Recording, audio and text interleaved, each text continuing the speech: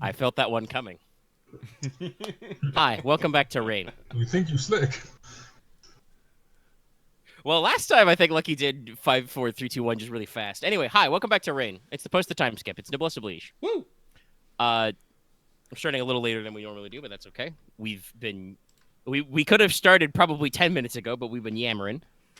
We like to do that. It's what we do. We enjoy our character. Yeah. Yep. I'm going to yap at you a little bit by reminding you this episode is brought to you by our patrons, like Adam Hart, Black G, Call Me Zed, Carlos, Dragonflight, Cyspert, Jerry Vasquez, Jade 1000, Just the Fake, Starlight, Legendary Boss Hunter, Liam Kessler, Rides of Kenji, Rogan, Trevor, Shumper, some guy named Bob, and Darren the Crow. Thank you very much for supporting us on Patreon. And now we're going to get into the phase the first, the time skip, because it has been 3 years since the death of Leofric Logi. Gasp. Specifically, we will be, to let everybody know kind of our time frame, we will be leaving our time skip on the first day of spring, period.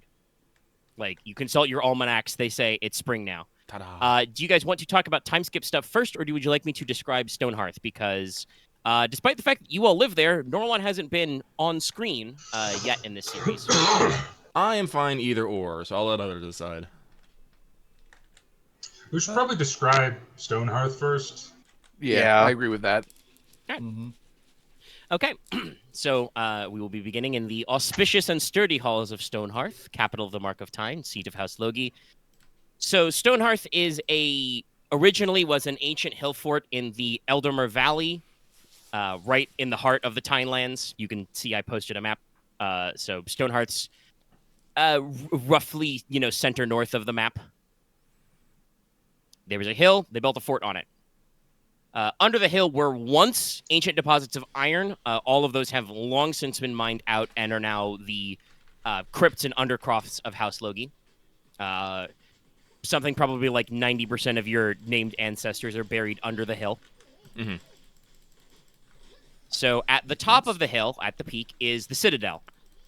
This has got a classic threefold castle walls, big curtain walls, multiple layers. The foundations of this go back to the days of Logi the Torchbearer himself. The Citadel, known as Hjörstan, which is just Stonehearth in Old English, but backwards. It's got a robust but rustic construction. It's probably been several decades since you guys remodeled the exteriors. And in general, Logi's design aesthetics in terms of architecture are much more pragmatic than other houses, though are very advanced. So you've got a lot of stone slates and bricks, added some mortar and construction in there. It's got an eye for practicality rather than artistry. So the Citadel itself, you've got the Great Logi Manor, the actual, house which you live in inside the castle. It's got a keep that contains a traditional Great Hall, big tables, tall ceilings, the works. In the Great Hall is the Grand Hearth, which is an enormous hearth fire that is left burning all year round. Oh. There's not, officially, any kind of, prophecy that if the flame goes out, Leslok will keel over dead or something, but the hearth fire going out is probably, a big deal, so we always keep it on. I was more expecting, our dead to rise out of the goddamn tomb, but that's something else. No, you don't have to worry about the dead. You're still friends with the Iron Demons. Trust me, we got the dead on lockdown. Yeah, that's fair. We don't need to discuss. They tell me if the underworld is breaking. We would. That actually, honestly, probably would be. That would probably be worth a messenger from the dragon. That would be the underworld is fucked. You're just excuse me, most honorable blood brother Logi. The gates of the underworld have swung wide. Hell is too full. We're fucked. Send dudes. Send dudes. Just play at Doom's Gate in the background. Somebody's done a hardcore cover of that. How? But so you have a big fire in your Great Hall that's burning all year round. Great start.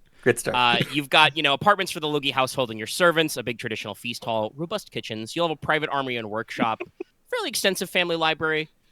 This is where you keep your treasure vault. You got some spare storage rooms for stuff as needed. If Nicola or Inos at some point needs a super secret alchemy lab, you've got some spare rooms. Attached to the keep are a handful of Norlish comforts. You got a sauna Yeah. because you must sauna. An ice room, wine and root cellars, not wine and root cellars. You have a few oubliettes for enemies. Got some holes in the ground. I probably There's haven't. also a attached to the keep is a small, very old temple, which the Logi household would use as a private chapel. But the grounds aren't just for the Marcus and his family. Inside your, large fold walls, you have big stone granaries to store food for the winter, covered stables and barns to protect your animals, so you can actually stockpile livestock inside the keep if needed. Extensive garden for winter vegetables, herbs, and a handful of sacred trees.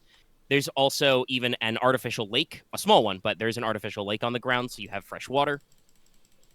Because you can't really draw a well, you've put a bunch of dead people in the ground. Yeah, that'd be very awkward. It's just, if you try to dig a well, you just find more crypts. There, you also have a rookery for crows and pigeons to send and receive messages. You have several watchtowers, barracks to hold your men-at-arms, and the Knights of House Logi, the Order of the Stonehearth. Your walls are angled and are lined with modern cannons. That you have done some military updates. But, the city, the township's pretty good. Your doors are big, sturdy doors of black wood from the corb wood. The Citadel's never really been besieged that much, but according to common history, it's never fallen. And in an emergency, you could hold most of the city's population for a short siege anyway. If you really want to go ham, you could pack people down into the crypts. They'd be pretty safe. Natural and stone-paved channels and gutters allow wastewater, rain, and snowmelt to run down the hill into the valley and join several natural streams and artificial canals. So you've got a little bit of water coverage. There's some shallow moats between the walls, but the hillside itself is covered in private dwellings, robust row homes of slate, brick, and cement, smaller manor homes of courtiers, knights, visiting nobles, even wealthy merchants, professional soldiers. They are afforded the honor of living right next to the castle, and each house is built with its own walled compound and sturdy roofs to defend against weather and war. So immediately outside your castle keep are a bunch of, houses for knights and minor nobles, which are all little walled compounds. Okay. At the base of the hill is the castle town itself. Bustling city with cobblestone streets, oil lamps, gently smoking chimneys. Most buildings here are built to withstand harsh winter, so steep roofs, sturdy walls. You've got a very large main square that has a statue of Bledin Logi, the White Wolf, in it, currently. That is your great-grandpa generation.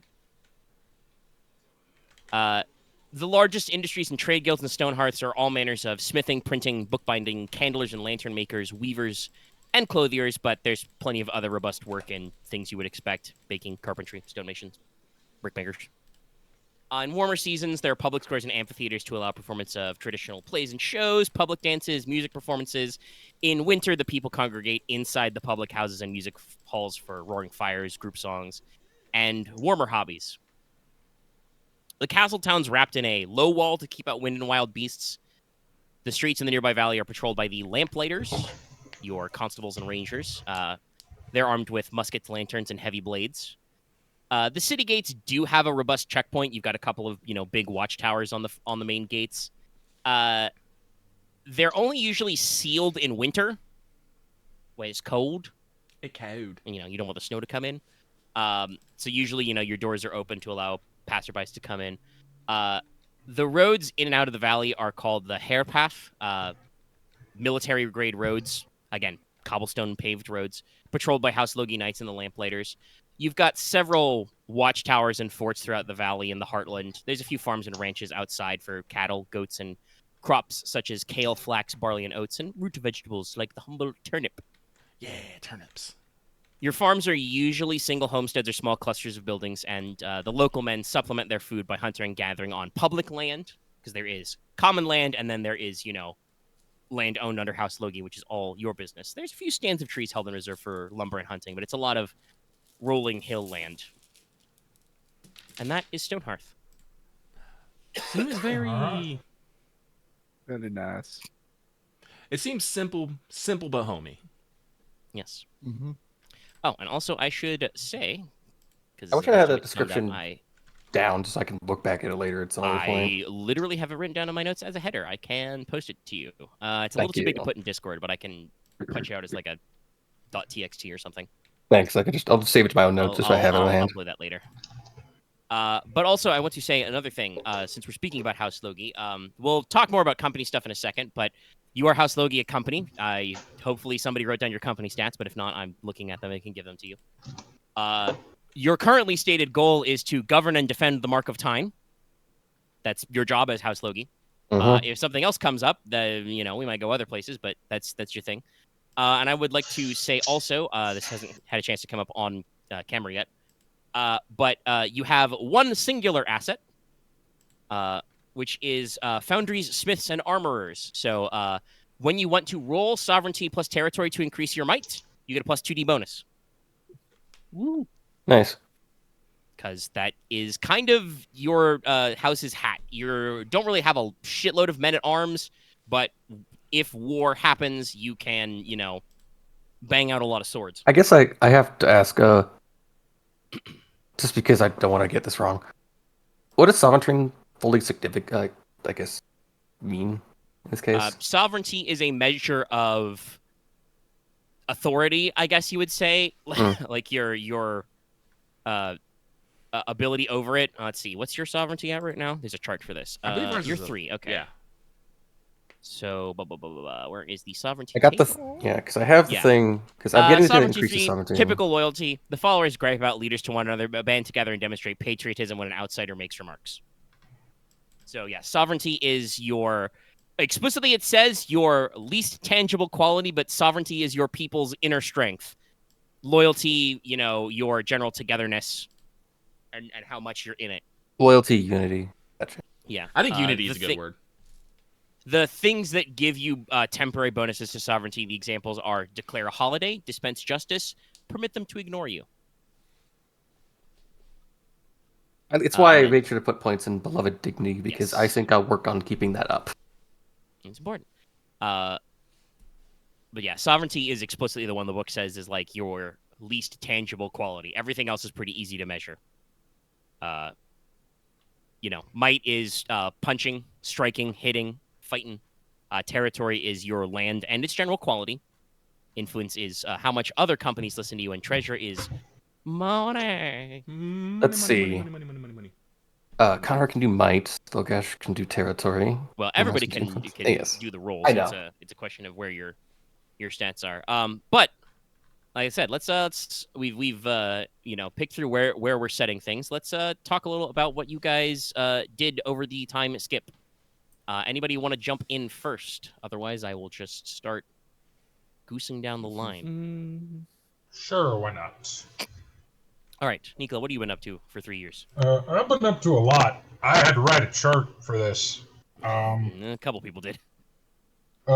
So, for the first year, Nicola was very distraught and did not handle his grief well, and decided that the best way for no more people important to him to die was to ignore all the important people in his life and self-isolate. He did this in a quote-unquote polite way at first by essentially overbooking his schedule. So for the first 3 months after the incident, which is just what I'm going to be referring it to, he went to the Royal Chirurgeons College to cash in on what he had talked about with the Lady Healer. So he took a semester there, and semesters, I assume, are 4 months? Roughly, yeah. Yeah. So he took a semester there. Then he visited House Marin and House Ferretti in the ensuing months before the winter semester, in which he took a semester in House at the Alchemical College in House Oro. Because I assume going there in summer is bad. This was something that Leofric did talk with you about, and I believe the head of House Oro literally said you should come in the winter. Yeah, no, like you guys had this conversation at the Royal Feast, and it was like, yeah, no, you Northerners are gonna fucking cook in this country if you come in high summer. You're gonna die. Once eventually, I assume Inos had caught on to the fact that he was avoiding that Nicola was avoiding everyone, particularly because apparently Inos has the exact same social circles unintentionally as Nicola. And Exact same. we kind of all have the same peers, so. no, At but least in, the Logi, areas in definitely which the Nicola focused, i.e., he followed me all the way to Oro by visiting, I assume, Noctiluca. I'm basically visiting Pazor and Noctiluca. Yeah. Which means that if you visited in winter, hey, guess where Paz is? She's Yeah. just So, an alchemical if college you student. visited, speaking of that, Nicola has actually probably driven up a friendship between himself and Paz Oro, as she is basically, I assume, the star student of the alchemical college. I don't know if she's the star because she's a little young, but she's definitely a young up and comer. Yeah. She, you guys remarked, probably caught on this while she was in there, but Pazoro's pretty smart. She's fairly well educated, and she has this attitude of not wanting to be babied, even though her father and everyone around her babies her. So like she's a little of an overachiever. And Nicola, she probably likes Nicola because he probably tried to baby her the first time, and then immediately realized she has the same attitude as his sister. So stop doing that because it wouldn't work. You were at risk of losing your eyebrows. I'm at risk of having my arm transmuted to be like 30 times heavier. She replaces your arm prosthetic with just lead weights. Get wrecked, nerd. But anyway, honestly, that's Like a probably body a four? common prank at the alchemical college, turning things you need into lead weights. Lead shoes are probably very common. yeah. Just because lead is a base metal, so they know how to work with it, and it's very dense, so it's very funny. Tungsten cube. Nicola has also spent some time with Lucy. I'm gonna remember names. Essex. Excuse me. In order for him to have picked up skills that he needs in sailor and with boatcraft. He needs this for no very specific reasons, and definitely not to impress two very specific people. Shut up. It's okay, Inos. You can turn this into your advantage later when you need to sail into the middle of nowhere to yell at some mermen. I might. Yeah. Nicola has kept up after being brought back to Stonehearth by his ear. Nicola will have probably kept up with most of the family. He has probably made. You have probably noticed Nicola has become slightly more. I don't want to say aggressive because that's not the right word, but definitely has more of a, is more prone to a biting tongue. Spoiler: I lost tranquil presence. So he's become more prone to being a snarky asshole. Let's see. He definitely has kept up with. Oh my God! Why am I so bad with names? Don't worry about it. Look at the list. Figure it out. Matthias and Air. I'm just trying to find their last names.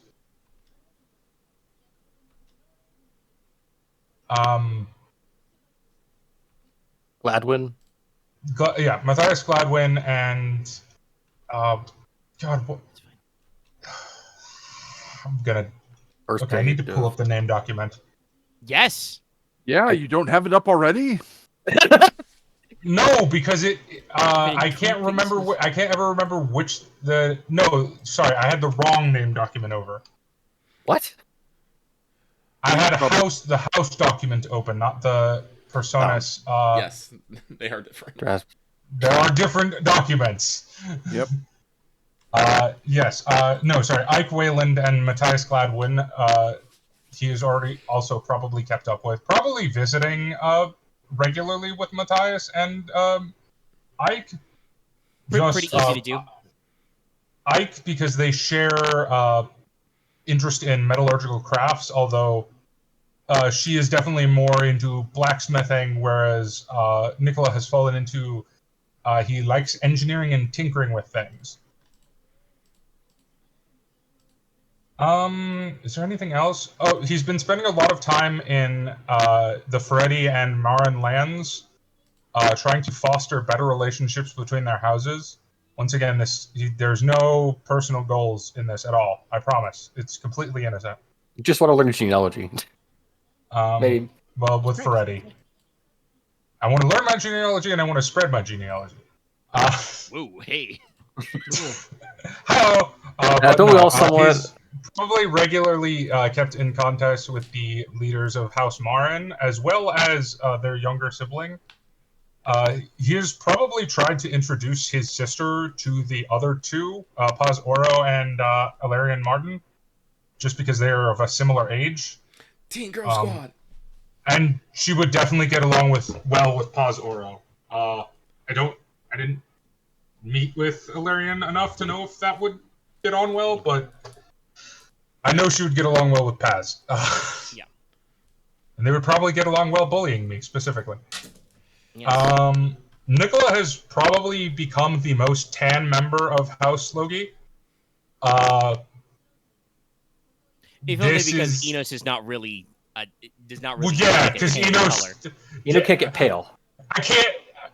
But no, Nicola actually has tanned quite significantly, most likely due to his mixed bloodline. Because he has spent a lot of time on boats, and if you spend a lot of time on boats, you tan or burn hella quickly. Yeah, I've heard. There's a Life reason without they call it water. boater's tan. Also, Yeah. even though you went in the winter, I'm pretty sure there's still plenty of sunlight in Oro. Oh, definitely. Yeah. I'm pretty sure in Celticy, winter is still a dry season. So yeah, lots of sun coverage. But I just mean he tanned rather than burned. Yeah. Is more what I meant. So he definitely has a darker skin tone than most people, which has probably led to some unfortunate conversations about parentage. Though, if any say that in front of Nicola, he will give them a tongue lashing. Guys, I don't want to telegraph too much of my hand, but hey, in case you couldn't figure it out, there may be a slight undercurrent in the upcoming parts of this act with whether or not you guys are north enough for your common populace. Just a warning, that discussion may come up. I mean, if we were born north, we'd be House A. Nicola is definitely not helping that situation. Well, it depends. Axe, how obsessed are you with the cauldron in the south still? I haven't. I mean, this is Because I haven't learned any spells yet, so that's. Because spoiler. You are attuned. Yes. Nicola has spent a total of 9 months out of the 3 years in Norlon. Yeah. Which has probably not helped his opinion upon the common people. Although it may be helped as he is not the direct heir to his house. Yes, you're honestly, you've only been able to probably spend as much time away because since your previous patron has died, you're basically in like free ball. Like technically, in terms of like normal like society, I think Leslok or Lady Ebel is your boss. Like you would report to them, but I don't think both of them are very busy, so I don't think they have a lot of time to audit what you're doing. I don't really care what I'm doing. I don't want to be real. I'm gonna be honest. Leslok probably sends you letters like, "Yo, homie, send me back some textbooks." It's like tell me what you've learned. I probably am his like hookup for like forbidden textbooks. Give me some shit. I'm stuck here. But other than that, I think that's pretty much it. I've memorized the entire library already. The only other thing I have notes, Nicola would be trying to, and he doesn't know how successful this is. And this is up to Omega's discretion. Trying to foster a relationship between himself and... Oh god, what is your name? I don't just want to call you your title, because you actually have a name. Alias Hoshroy? Yes. Because Nicola has thoughts on things, and he wants to know things, and he thinks that is the best way to get them. Well, what sort of things do you want to like? What angle are you taking? Because you guys have met the Crown Prince. You've interacted with him. Spoilers definitely for future. I know friend- Inos is following along with what's the Crown Prince is doing. Yeah. Probably, Inos is going to be very covert about this, so as not. This will never be said in public, and probably not even to anyone except for you four. And that's only if you actually ask me about it. Okay. But he's basically going to be marking down where he stands in this tension that he's seen in the capital between the High King and the clergy.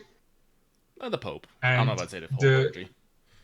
Well, yeah, the traditionalist clergy. And despite Nicola's extreme religious observance, he believes that fostering unity is a more... Basically, I'm staking the fact that I'm a reformist rather than a traditionalist. Yes. In that case, I feel safe telling you that without needing to make a roll, because you would be, building this relationship over 3 years. Nicola is of the opinion that the Crown Prince alias is of a similar mindset. He is very much a model of his father and a little bit of his mother. He seems more of a forward thinker and a reformist. You do get the impression that he may be a little bit more of a pragmatist than his father as well. Okay. But yes, he leans similarly. Yeah. Like, once again, Nicola is extremely religiously devout. He's not necessarily... he's more a spiritualist than a traditional religious person. My loyalty is to the gods, not to the Church of Man. Yeah. That kind of thing. But that's it. That's about it. Further questions to ask Nicola. No, I think he did a pretty good job. He's studying. He spends. He also probably has obviously continued to foster a close relationship with his sister, and probably has been unfortunately further distanced from his mother and father. Just because of the issues they've had. Yes. We'll talk about. In case you didn't see in the list, by the way, I decided that your father's name is Maximilian Gridarvol. Yes. We'll talk about that a little. Unfortunately, a lot of what that is, or at least the hardship from Nicola's point of view, is he believes they feel extremely guilty that he had to step down, and he wants them to get over that and treat him like a normal person. Which, actually, this is an important mechanical question. Has Nicola gotten any better at empathy in the intervening years? Actually, he's gotten worse. Spoiler: I rearranged my sense and charm. I lowered my sense because I figured so many people had expertise in areas of sense that I lowered my sense and I raised my charm. Who would have guessed? Yeah, I don't have empathy, and I have 2 cents now. I got better at empathy, actually. Yes. No, that makes sense. Perfect sense. Okay, good. Your sense character. In that case, yes, I think Nicola has covered his business very thoroughly. Obviously, you have, it's the first day of spring. You've, been in, probably like actually returned to Stonehearth for this past winter, something you haven't done in a while. You would probably also notice Nicola is far more athletic than he used to be. Although obviously his arm still causes him issues, he is basically he has a runner's body. If to put it, actually, honestly, it makes a lot of sense. I haven't really figured out exactly what the description of the alchemical college is, but I believe I did note that it used to be a temple, so I think it's like a stone block building. There's probably a lot of stairs, and by its nature, alchemy means you have to carry a lot of things. Like you have to move jars and tubes and, bags full of sand and piles of lead. So honestly, not that crazy if you've been, taking some time on boats, if you've been jogging up and down stairs. You ever heard that description of someone who skips leg day? Nicola's the opposite of that. He is leg day. Yeah. But all right, who would like to talk about what they've been doing next? I will just pick if nobody volunteers. Well, if no one's speaking up, I guess I will. He's got it. In the intervening 3 years time skip, Logesh would have decided to, forego his previous thoughts about rivalry with his cousins, his dear cousins, and actually, spend more time with them when allowed. However, though, due to the competitions that he did win, Logesh would probably still pick up how to use a rapier because, after winning one time, he's like, oh shit, I guess I should pick this up if I'm this good at it. So, in the intervening years, Logesh would have spent his time studying the law, studying more tactics and everything, studying the sword, learning how to be a more better person to talk to. Probably asking Inos for advice with that one. But however, he would also, in that time, try to foster a relationship with, foster a friendship with the Crown Prince, Agave Cheval, and the two older of the Espada siblings. Are you doing as much traveling as Nicola and some of these other people, or are you mostly keeping in touch via letters? Letters. I am not traveling as much. You stay I'm at home staying and study with- the law. Staying with the boys at home. It's mostly going to be me most of the time. I imagine since Konrad is planning on doing some regular travel rotations, Logesh is Yeah, probably Konrad filling is in as... Konrad's about like 50-50 Yeah. traveling and home. So No, go for it. I He's didn't okay. mean He's like fine. specifically taking up most of your time. Just I know. I was just some saying. advice. Oh no, I meant No, yeah, he's towards talking work. about Enos's comments about the Okay. conference. Yeah, like Logesh is saying, he's not specifically spending time with him, but he is keeping in touch with letters. Yeah. The Crown Prince's letters back and forth to you, Logesh, are probably sporadic. Obviously, he's very busy, but they are very punctual. Like if you ever ask him advice or write him about a funny thing that happened or something, you usually get your mail service back very promptly because he runs the post office. I was about to say, he runs the post office. If any letter yeah. should be on time, it's his. I am the post office. Gasp. But yes, so you are probably doubling as Leslok's cavalier in these times as his personal bodyguard. Yep. I appreciate it. Anything else specific you have been doing? Any cool skill ups you've gotten that you didn't already mention? Well, I've done a few skill ups, no attribute ups, but most of it is just improving what he did and what he didn't have beforehand. Like the journey to the mint earlier in the prologue did inspire him to pick up some points in sorry, in haggle. You And hacking up a lung. Choking up that eggs. Don't listen to their slings and arrows, Loth. I understand. No disciplines. Yep. Actually, yeah, good And, question. You pick up any new esoteric disciplines or martial paths? No, because I already had 4 to begin with. Okay, you had a few points, yeah. Right, you're Alright, Master fair enough. Thorn. He's got some stuff. Okay, so yeah, so you picked up a little haggle. You've been studying the law and stuff. All right. Yeah, increasing senses and all that due Yep. to how awful that went with Leothric, wanting to be more aware of things. Yeah, no, I think it's almost like I wrote that that tragedy to define your lives. It's like Oh, you'll and a you singular will point in ride. yeah. Well, no, Omega, how dare you imply that the reason I took the ability to create an antidote to poisons is anything to do with anything? Yeah, no, there's absolutely no reason one of the spells you took is panacea. Good to know that I can survive Poison? being What's poisoned. Good to know I can survive being poisoned now. Oh no, I wasn't even Yeah. talking about that. I was also talking. I took rank 4 in rigorous Oh, apothecary. okay, yeah, no, so yeah, you're like doubled up. You're like Wait, which one? Like, Rigorous apothecary. Rank 4 is Oh, boy. Is fuck poisons. yeah, brew antidote. No, he's pretty prepared. Also, he does. You did take healing potion, right? Mhm. Yeah, so you can brew healing.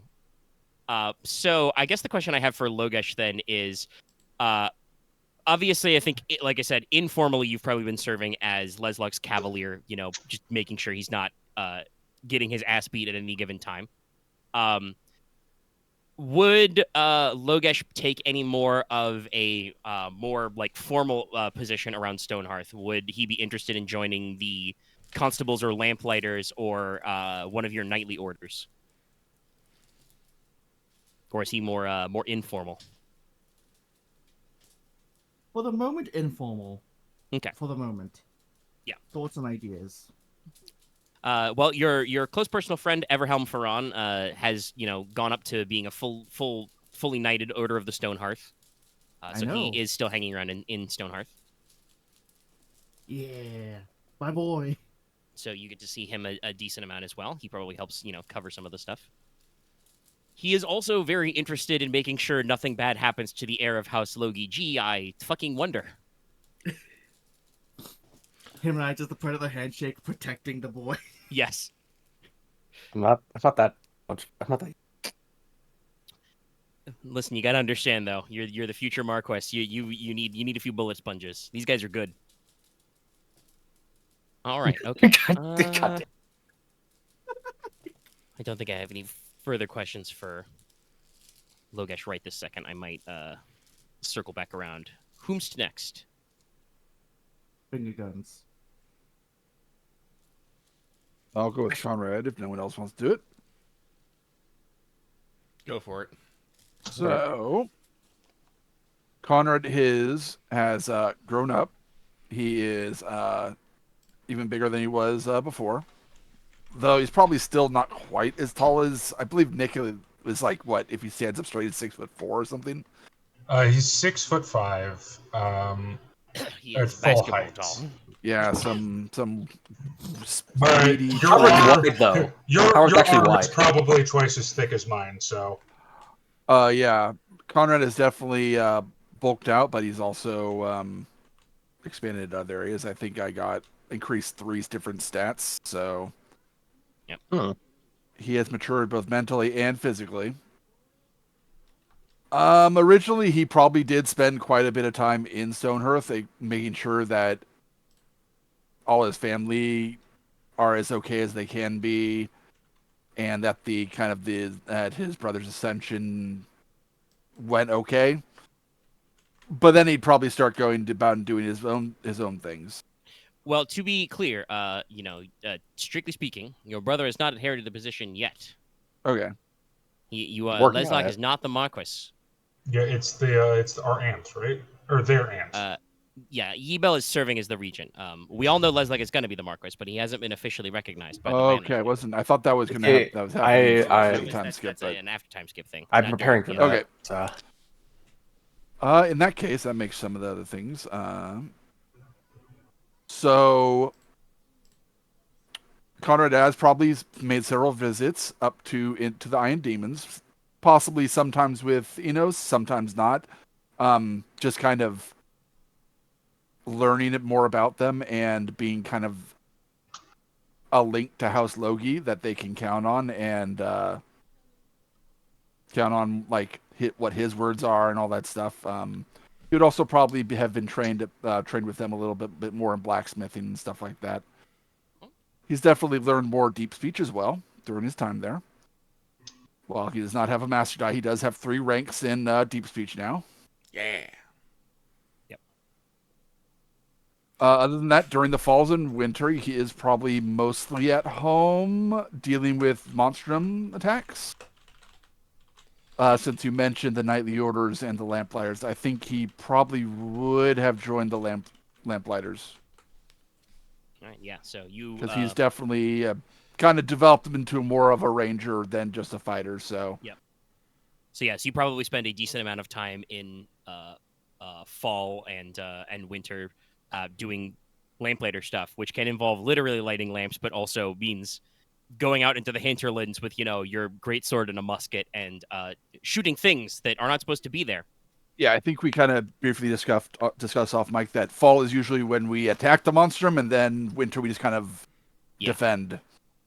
Yes, because I actually have not a full list, but I've been developing my bestiary a little.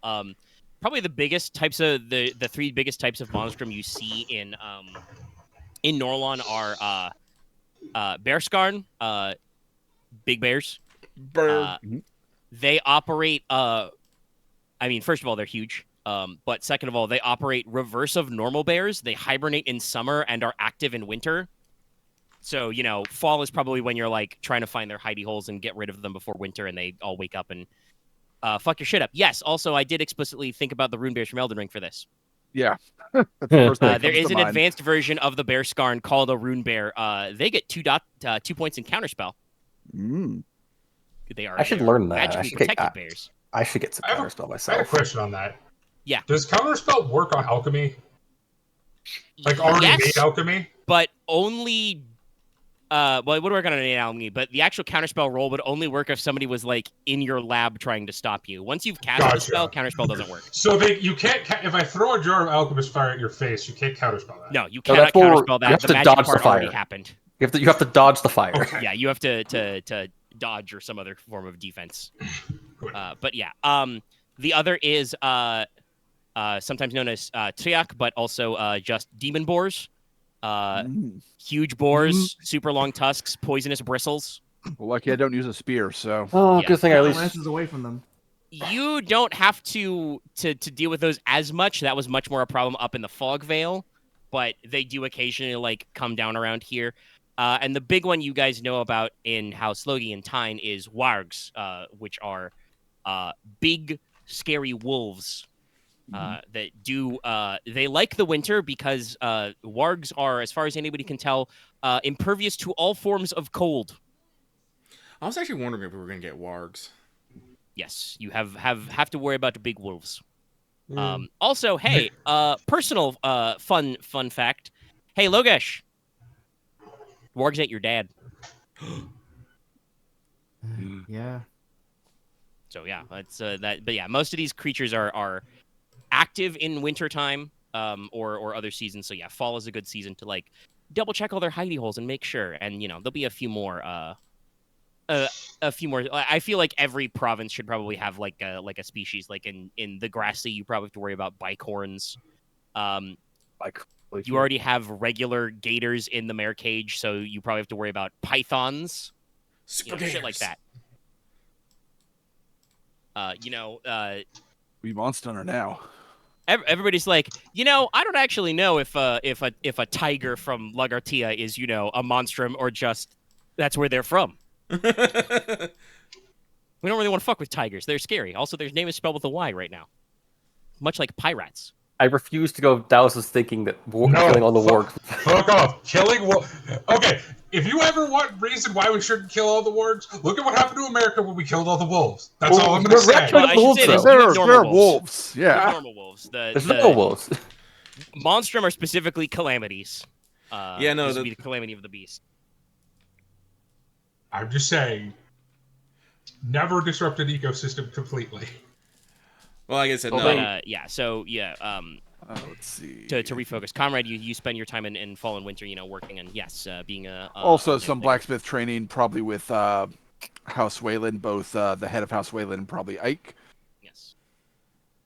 Good old Edgar Wayland is very accessible, and he likes to smith. Let's see. Yeah. Ike is definitely very interested in blacksmithing. She's working on a lot of particular projects. Her trauma internalization is that her 3 years have been spent trying to further develop your specifically your talent, your general technology level of armor smithing. She's trying to make lighter and better chainmail all the time. He's going to make Mithril one of these days. No, you don't need to worry about it yourself. Let's see. One other thing I think is the other major thing during the time is, other than correspondence and traveling now and then with Inos, is he would be probably dealing with the carousing with the mercenaries and stuff, trying to get to know them and kind of might even follow them now and then out on missions and stuff like that, just because they are both the defense of the land and a income for the country. Yes, they are part of your economy. Yep. I assume. And interestingly enough, mercenary work in Teine was very good for probably the first year or so after Leofric's death. A lot of nobles were like very concerned. Some of them were even openly militant. Obviously, it's been firmly established that your Aunt Emil has a very square head on her shoulders and is, very no nonsense. But I assume, Leslok, you have not been like seriously entertaining, the ramblings of your lesser lords who have nothing better to do, who are like, we must demand recompense from the capital. Reparations, my lord. I'm not sure how I would word it, but it's a thing of No. Well, that's one way to word it. it's Yes. we should yes, but it's like we shouldn't be making demands when they had no hand in it. That's fair. Yes, you try and be reasonable. So like the mercenary work kind of rotates out of Teine back to the usual places where indeed there haven't been. Excuse me. Sorry, I still have to occasionally clear my throat. There have actually been postings for guys to be hired out in other territories. Working against highwaymen and bandits in Ferretti and Grassy. Some even going so far as to go all the way to Celticy. Okay, so Mostly just because this is a mechanic. One of the ways you can temporarily buff your might is just called hire mercenaries. You just roll treasure and see if you can find some guys. So, like, hey, when other houses need an extra point of might for any reason, sometimes you guys get the call. we just grab the horn, the horn that says "send dudes on it and blow it." Yes. I do have a question. I assume, do most mercenary companies have to be approved by the Marcus? Actually, good question. Being a mercenary probably does not require a letter of marque. It's probably an informal approval. If there was a mercenary company that you did not like for whatever reason, like you just didn't like the cut of their jib, or they were doing something criminal, or you didn't like their tactics, you could probably make it known that they're unsanctioned and technically get them all counted as criminals. So yeah, it's probably an informal process. A lot of hogs. That's one of the things Konrad is probably going to try and do, is try and formalize the mercenaries more. So Make a you formalized do not- system. Yeah. At this point, I do not believe you have a mercenary guild system. It's just mercenaries. I imagine that if they have like a guild hall, they'd probably pay taxes for that. But that's probably about it. If they own property, they can pay taxes that way and stuff like that. But yeah, you don't have a formal mercenary guild. Mercenaries is kind of a just like informal part of the culture in certain areas. It's very popular in Teine. It's very popular in Torrent, the lands of House. There's a lot of of places to go and a lot of things to kill. Yeah. Well, and there's a lot of people with gold. House Oro is famous for having a very, very small standing army and solving most of their problems by paying coin. Constantinople. Yeah. I couldn't make anything said there. Also, it's hard to Constantinople. invade. Yeah. Also, Anyway. it's hard to... Let's see other things. I did get a few new skills. I mentioned Deep Speak already. I increased that. I did get some dots in animal training. Nice. All right. Cool. And I did get Perform Sing. Nice. It's only one dot. Mostly it's, I imagine that he probably sings to keep timing with his smithing and stuff like that. Yeah, work And it's songs, probably- cadence, that kind of stuff. Yeah, and probably also, like military songs, like marching songs and stuff like that. Oh, it has nothing to do with trying to impress Rena Martlet at all. Oh, no, nothing at all. That comes later. At least you're on pitch. He's working. He does have a mission now, which is to recover the silver tongue, which is his father's sword. That might take a while. His duty is still to see no harm comes to my brothers, plural brothers, because he has more than one. Craving is gain glory and honor through personal combat. I did start on the martial path of bite in hander, so I batter the blade. Nice. This is a. And yeah, this I've is also a- started on. No, go ahead. Go ahead. Finish first, Konrad. I also got the esoteric term pure breath techniques, cleansing and respiration. So he definitely has his morning calisthenics that he does. Yoga. He baby. probably also doesn't eat as gluttonously as he used to either. Leslok, what were you going to ask? I know this is I don't know, a pedantic thing to say, but shouldn't you say siblings, considering we have a younger sister? No, I think no, he phrased it as it's brothers technically. Okay. He's phrased it as brothers. That's part of his thing.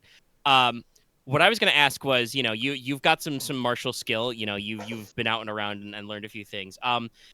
And you've got your craving. Do you see Konrad as much of a duelist? Because I'm sure there are some people who will make some comments about the noodly armitude of your older brother. I have not worked on my body at all. Yeah, no, your arms are still a little noodly. Not even Like not even your dex? like Konrad the type to like get into a bar brawl with these guys, or like 10 paces and turn bang, or like I said, would you be like more interested in sword dueling? He'd probably definitely be, if confronted with that sort of thing, sword dueling, yeah. Because even though he prefers the two-handed sword, he does still have the one. No, you're in Norlon now. Yeah. A two-handed sword is a perfectly valid dueling weapon here. Very good. How's he gonna hurt a bear? You've yeah, probably hit some people with it in your time. Mm-hmm. Because that is probably also while he's doing Lampfire stuff, he is also just kind of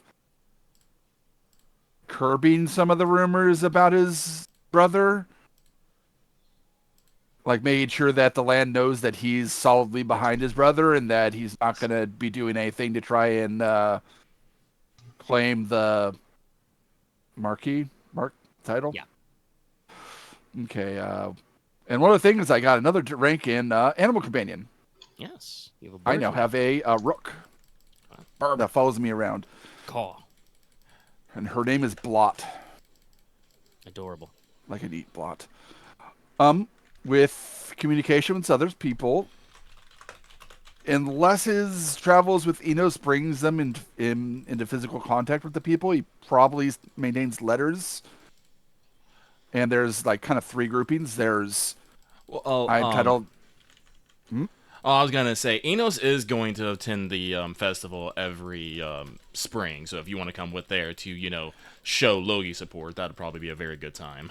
I think he'd probably do it maybe the first 2 years, but then when he's like, "Oh, I'm kind of too old now. I've gone through it 3 times already. That's enough." So, but anyway, well, three times. Okay, yeah. No, because this is the. I'm sorry. Are we on like? Is this the 4th year after or the 3rd year after? This is start of spring in the 3rd year. So maybe there wouldn't have been a 3rd one yet? Yeah, probably, because it's not quite been 3 years since. Yeah, because I was going to say, this is going to be the year that the Teen Girl Squad starts their competitions. Yes. So, everybody's in that case, I've participated in the previous 2. Konrad does not intend to participate in this one. He plans to attend, though. Okay. Yeah. Someone's got to keep an eye out on the girls, make sure those boys don't do anything. Also, like extra. Future spoilers for parts I haven't written yet in this act, but I am personally imagining that this year House Logi is going to show up to the capital in force. Yes. Because I presume at some point in the next couple of months, Leslok is going to arrive in the capital and be like, "My lord, my king, hello, I'm here. I'm here to claim my Please title." recognize me." I don't think touch me with a sword. What's the age cutoff for the festival? I don't think I stated it explicitly, but in my mind, I think it was 20. If you're 2 decades old. Okay, then Nicola definitely would have participated in the last 2, and he's definitely coming to pretend to be a bodyguard for his sister, but really it's just showing moral support. Not to say anything, but isn't during that time period you're off studying and trying to not be with the family? Oh no, that's a good point. So probably not the first year. I probably did last year though. If your springtime semesters was stuff like studying at the Church and Society anyway, you'd be in town. But yes, I suspect that for the first year you probably weren't. The first run of the years after a whole year, you probably weren't hanging out. All right, so I imagine also that the Festival of the Rising Dragon is probably very somber for you because it roughly coincides with the anniversary of Big Dad's death. Usually, technically, it's the day right after the festival ends, or I guess ending. Konrad pretty much has kind of 3 groups of correspondence I keep up with. It's kind of the boys, which is kind of the lads from both Egg, Logi, and then even some of the ones that he kind of got to know from Ferretti. Yep. So he keeps in contact with those. He obviously sees probably the people in Egg and Logi obviously, but Yeah. he would keep in contact and sometimes maybe invites them for a romp of monstrum hunting in the fall.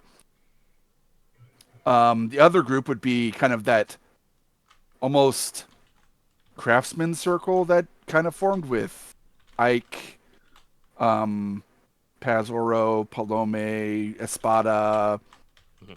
and any of the other like heirs that were craftsmen. I think there was, I forgot what his name was, but I know there was like a stone right also. Miltius Emmett in House House Emmett, but under House Oro. Yeah, he was a stonemason as well. Yeah, What am I and thinking of? There's a couple more. Konrad would probably be trying to keep contact with them, like kind of as like just like as craftsmen, like to discuss things when people need like inspiration, that sort of thing. Just like Yeah. And lastly is, unless she rejects his advances, Konrad would be trying to woo Rena Martlet. No, I think that it's probably a little bit of a slow rolled courtship, but I Yeah. think we can say that you're probably like in the courting phase. You know, you exchange letters when you see each other. You maybe make sure to like spend some time alone. I will say it's probably a little bit of a slow paced because there is probably some like inheritance isn't really the word, but there's like some family relationship baggage there because you're the right now actually you're like effectively the heir to a great house. You know, you're second in line for a position with your brother. But after that, you know, you will be technically a separate line. Rena is heir to her house, which is a banner house. I should probably decide sometime in the not too distant future if she has any younger siblings. But it is definitely like a question of like by like normal marriage conventions, you're probably still higher status than she is, but you know, we'd have to show her up like what the inheritance of her household is like if she were to leave Tron. Mm-hmm. So there's probably like some political, socio-political, and economic back and forth, you know, which would have prevented any. Probably courtship towards from the end of being the formalized. third year is probably when it's more like kind of towards the official side of things. Yeah. Konrad has probably thought of, I need a castle of my own. And it's kind of started thinking to that, like where would there be a good place for him to kind of. Because honestly, Stonehearth's pretty packed. Yep. I will say though, actually, funnily enough, there is a decent holding, which would technically be a position you would inherit if you will refer to your Dramatis Personae. Your mother, you know, Lady Dowager Mahalogi, is Lady of the Glacius Gap. The Glacius Gap is a valley and fortress that is right up on your border with House Ech. The valley is one of your primary routes, like it's an actual gap between the Dragonspike Mountains into Ech territory.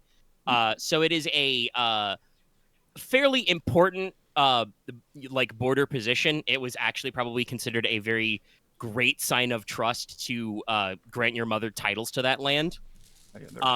As you are her firstborn child, you are, you know, next in line for that position as well. Obviously, if Konrad wants to seek his own territories, he can as well. But that may be a thing you want to keep an eye on as well, is that someday you may be Lord of the Glacius Gap.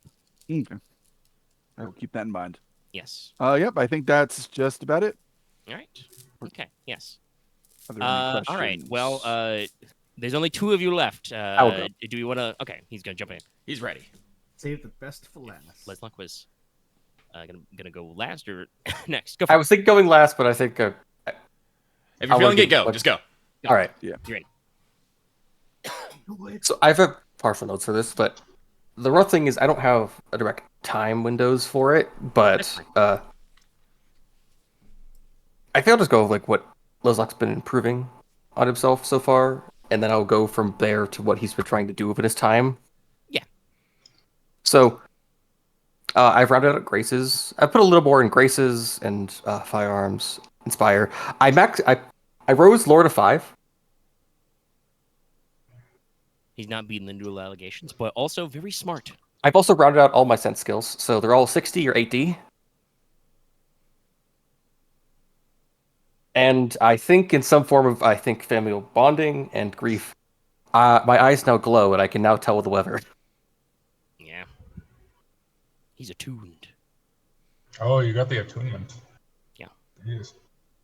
Well, as I commented, sorceries that aren't alchemy, to do a lot of your funniest stuff, you need attunement. That's true. You need to it for like 80% of it. Also, a lot of the non-alchemy attunements are cheaper. The alchemy attunements are fucking expensive. Well, it's because they could do miraculous things. It is a very complex process that involves some shenaniganery. Also, Anyway. technically a free step point. I started taking language studies, and Leslok has rounded out in getting 3 different. I've the foot in the door in 2 disciplines, and then most of 1.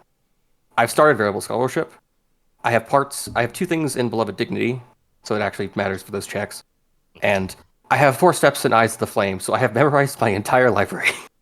Yeah, so you have been a voracious reader and studier, but not just of like book learning Also, and history, people. but like I think Leslok knows the name of everyone in Stonehearth.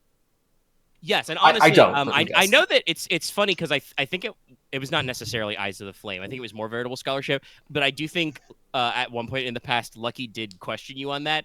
When you're 4 points in, though, the ability to remember everybody's names and faces is like probably generally a positive quality to a ruler. A lot of people are probably pleasantly surprised that you remember them. Like I still have to roll for it, but I think over 3 years I don't have to worry about that right now. Yeah, I'm not gonna make you roll for every single person you've met over 3 years. For future people will remember it, but yeah.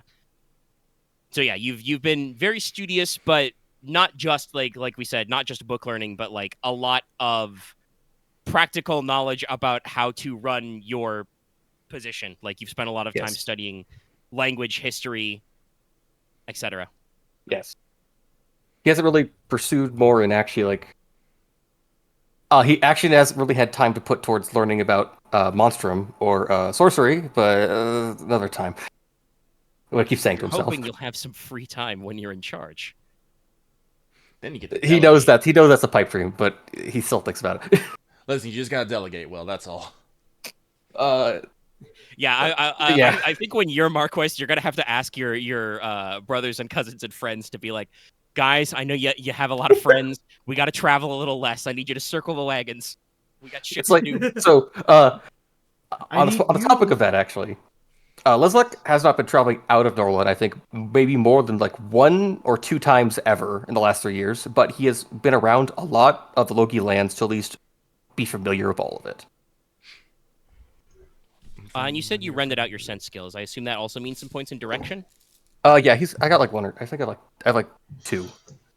It's still 60. Yeah, you like I said, you've been going around. You have a sense of direction. I have people with me, but the point is I think is that Leslok has made sure to actually be aware of all the different places and what they're generally like. Because he still believes what he says is that a leader should be aware of the lands they run. It's a lot of connection to the land. Well, yes. Okay. So that was it's. And I guess spent your time studying. I guess. What about the second half of it is that working on. Yeah. Yes. Leslok has made an active effort to spend time with his family. He's made an active effort to at least be on acquaintance from at least the acquaintances levels with all of the other heirs and heads of the other houses to at least you just like talk to me if things happen kind of thing. Yeah, and probably they actually, when they can, they answer your letters. You guys got a bonus point of influence from how well you did at your debut. And beyond all the studying has also been him doing. He doesn't have a murder board, but there's probably a stack of books in the corner of his room that are probably just about the king who's to come at some point. Yeah, you've been doing okay. So I was gonna ask you. So you have been doing some deep, dark, obscure research. Yeah, that's in there. It's just Nicola will never not give him shit for it. I don't think I've told you for that reason. Okay. I don't. He said it's in like a dark corner of his room. I don't know if this is something that's super well known with the rest of the crew. No, but it's just like Fair enough. I think his direct family knows, so he maybe have told Konrad, but I don't think Konrad's ever asked about it, so it's fine. Konrad would probably be of the mind of however you want to deal with it. Yeah. Yeah. And on the brighter side, Leslok has been trying to at least pursue at least a relationship and connections with the 3 other people he actually felt like he bonded with during the festival in that day. So he's been trying to keep letters with Nerissa Petroy, Cephas Verity, and Arena Forest. Yep. And we've discussed this a little off mic, but this includes, since you can't leave, you've extended invitations. Cephas Verity has actually probably popped over to Norlon in the summertime a little. Stars to see. To actually to visit you, and like I said, he his own position as heir is a little more tenuous. His youngest sibling is now 3 years old, so we're still not sure whether or not we'll have to start displacing older generations. But that means he gets a lot of free time. I think I even said in his notes that he's a journeyman in astrology right now. Yeah, journeyman astrologer. Yeah. So he's probably absolutely down to, as an excuse, come up and help audit your almanacs and calendars. Double check any standing stones you have, stuff like that.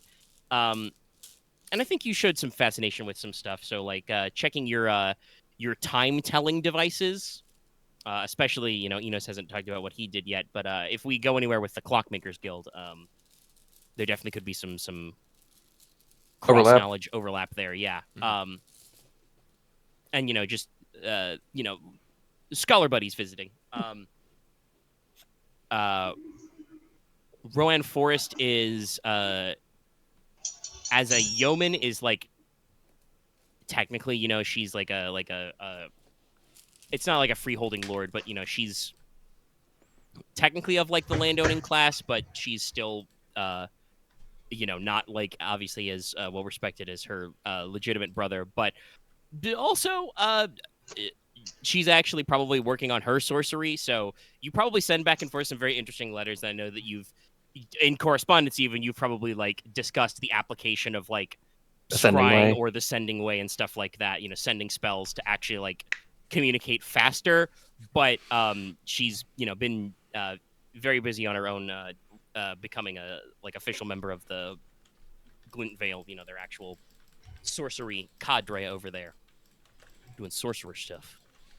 Nerissa Petroy, it's been Leslok has wanted to pursue a romantic thing, but he knows the futility of the circumstances of that. Yeah, you're both really busy. She's from a secondary cadet branch of the family. You're gonna be a high lord, so it's not socially an improper match. It's just one of those things where the both of you are now very busy for different but similar reasons. To let everybody on mic know, if you're paying attention at home and not reading all my 9 billion documents, Neris's father, Russell Pettyroy, the High King's younger brother, who was previously head of the Blood Shields and captain of the King's Guard, has been cross-promoted to fill the position of Lord Marshal in the absence of Leofric Logi. Yep. So makes sense. That means that a lot of the stuff that his family holdings would have to handle has now fallen to his daughter. So she is now in charge of Weirwind Keep, where the Order of Dragon Dancers are based, and doing a lot of other busy stuff. She probably does send you plenty of letters, which are just about I'm trying to think. Probably just comments about how inane running a castle is. You will find this terribly boring, but today we had to order 2 new wagons full of bricks for the south wall. I cannot believe that the south wall has stood for 2 years, let alone 200 years, as it looks absolutely terrible, darling. Oh, she calls you darling now. Mm-hmm. Yes, excellent. I think Nerissa Pettyroy is a darling type. Mm-hmm. But yeah, stuff like that. Yeah, it's Leslok has tried. It's just again he is not blind to how much responsibility he has to carry, and he has been aware of that the last 3 years. I mean, honestly, if you've talked with anybody about it, your Aunt Yibel is probably like, that would probably be a very advantageous match for the house. But also, she's like, I can't have you running off to Crown to, go court. You need to fucking stay here. I You need to feel lock like in. I feel like it's a conversation he's had to have at least once or twice with his family, and then probably his aunt. As just a thing, he's like, could I just go for like a month, maybe? And everyone's like, no, No, you stay. you stay. I'm going to be honest, depending on what year you asked it, with these guys being away so much, if you're like, hey, can I Skype off for like a month? Like, your aunt may have actually been straight up like, Unfortunately, no. kid, nephew, I'm It's like, no, I young understand. Leslok, I'm afraid if you leave for a month, if you return, some of the lords may be in open rebellion. Wait. They're all gone already. What? I thought they were staying longer. Yes, you are it's you and Logesh. And Logesh will leave with you. So guess what? If it's just me in this house, we may have a problem. Some people may get some funny ideas. I thought Konrad said he could stay another few weeks. Ugh. Meanwhile, fucking Nah, Konrad, someone has to kill this monstrum. so That's fair. Nicola's just on a boat with sunglasses. Someone saying my name? You got smoke spectacles. Actually, Nicola, you're not actually part of this because you being here or not wouldn't change that. Yeah, they actually, the nobles probably don't give a shit about me. That's a good point. Well, some faction interactions may, but yes, we'll discuss your internal politics after the time. But yeah, skip. that's been his life. I mean, It's busy yet kind of not much. okay. I should probably say, because I did change this during our conversation, I now have the discipline glamour. Yes, we discussed this. Dallas PM'd me, but I did explicitly write in my notes that being Fate Ascended is open enough, and I did absolutely mean this for this exact circumstance. So I guess I should at least mention that we get some weird run shit. everything. I guess I have my sorcerer pool is now 8D, so at least that's Throw iron when I at get to it. now. It'll be good. No, I don't know if Nicola is fey enough for cold iron to burn him or No. anything, but Oh, I just meant to throw a chunk of iron at him. that will still No, work. that will Still like still body be. two. That will still. No, I'm buddy one still. No, it's like, yes, I have a will sure fall over. fire way to get rid of the Fate Ascended. Shoot them in the heart. That would get rid of anybody, including the Fate Ascended. Perfect. Our solution is not cold iron, but true lead. Click click. All right. Oh, we actually I do have some group time suggestions to circle back to. I think All right, based on then. the conversation this is going. But first, Inos. Inos. So, Inos of the Iron Demons, over the past 3 years, has become even more beautiful to almost legendary status. Like I said, I've taken Beauty 3. Let me get my Nope, shades. 9, everyone. Got my anti-beauty shades on. Yeah. That Get was the AP awesome. field. He has also filled out a bit more with a bit more muscle. He has gone up to body 2. Yeah. But as for things that Inos has been doing, basically the first month, basically almost as soon as we returned, he attended Big Dad's funeral, and then was immediately summoned back to the Iron Demons for debriefing, to put it back in other words.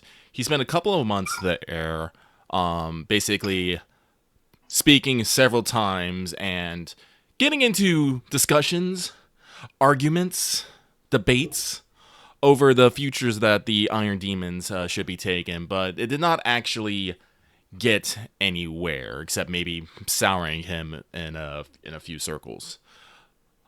After that, he returned to Stonehearth to check on everyone, to find that everyone was not doing so great. So he decided to go around and try to mend rifts where he could. Try to make sure Konrad's okay, make sure Leslok's okay, try to make sure Nicola's okay, then find out that Nicola ran off. Drag Nicola back. Well, no, that's not going to happen later. But the thing that this worried him the most is that the fact that Lady Maja and Lady Crescendia had a big rift in there. So he spent a lot of time trying to get them to see eye to eye, and at least not, become close, at least, understand their shared pain and bond through it. Yes, this was one of the things I was going to circle back because I do want to ask the others how they were, but good on you for specifically jumping in. But yes, for probably if Enos and maybe some of the others take an active role, it's only probably a few months. There's definitely though several months there in a row where Lady Cressida and Lady Maja like do not enter the same room together. Sometimes are not in the same building together, kind of a thing. Mm-hmm. But if you make some effort to bridge that gap. Oh yes, I will. I'm sorry, Dominic. I will make an effort, and I will drag both Leslok and Konrad into this. Yes. I did mention that for the first while, Konrad was making staying around and helping with that. So yes. yeah, there's probably some back and forth, and Leslok has mentioned that he spends a lot of time with yes family. Yeah, so like.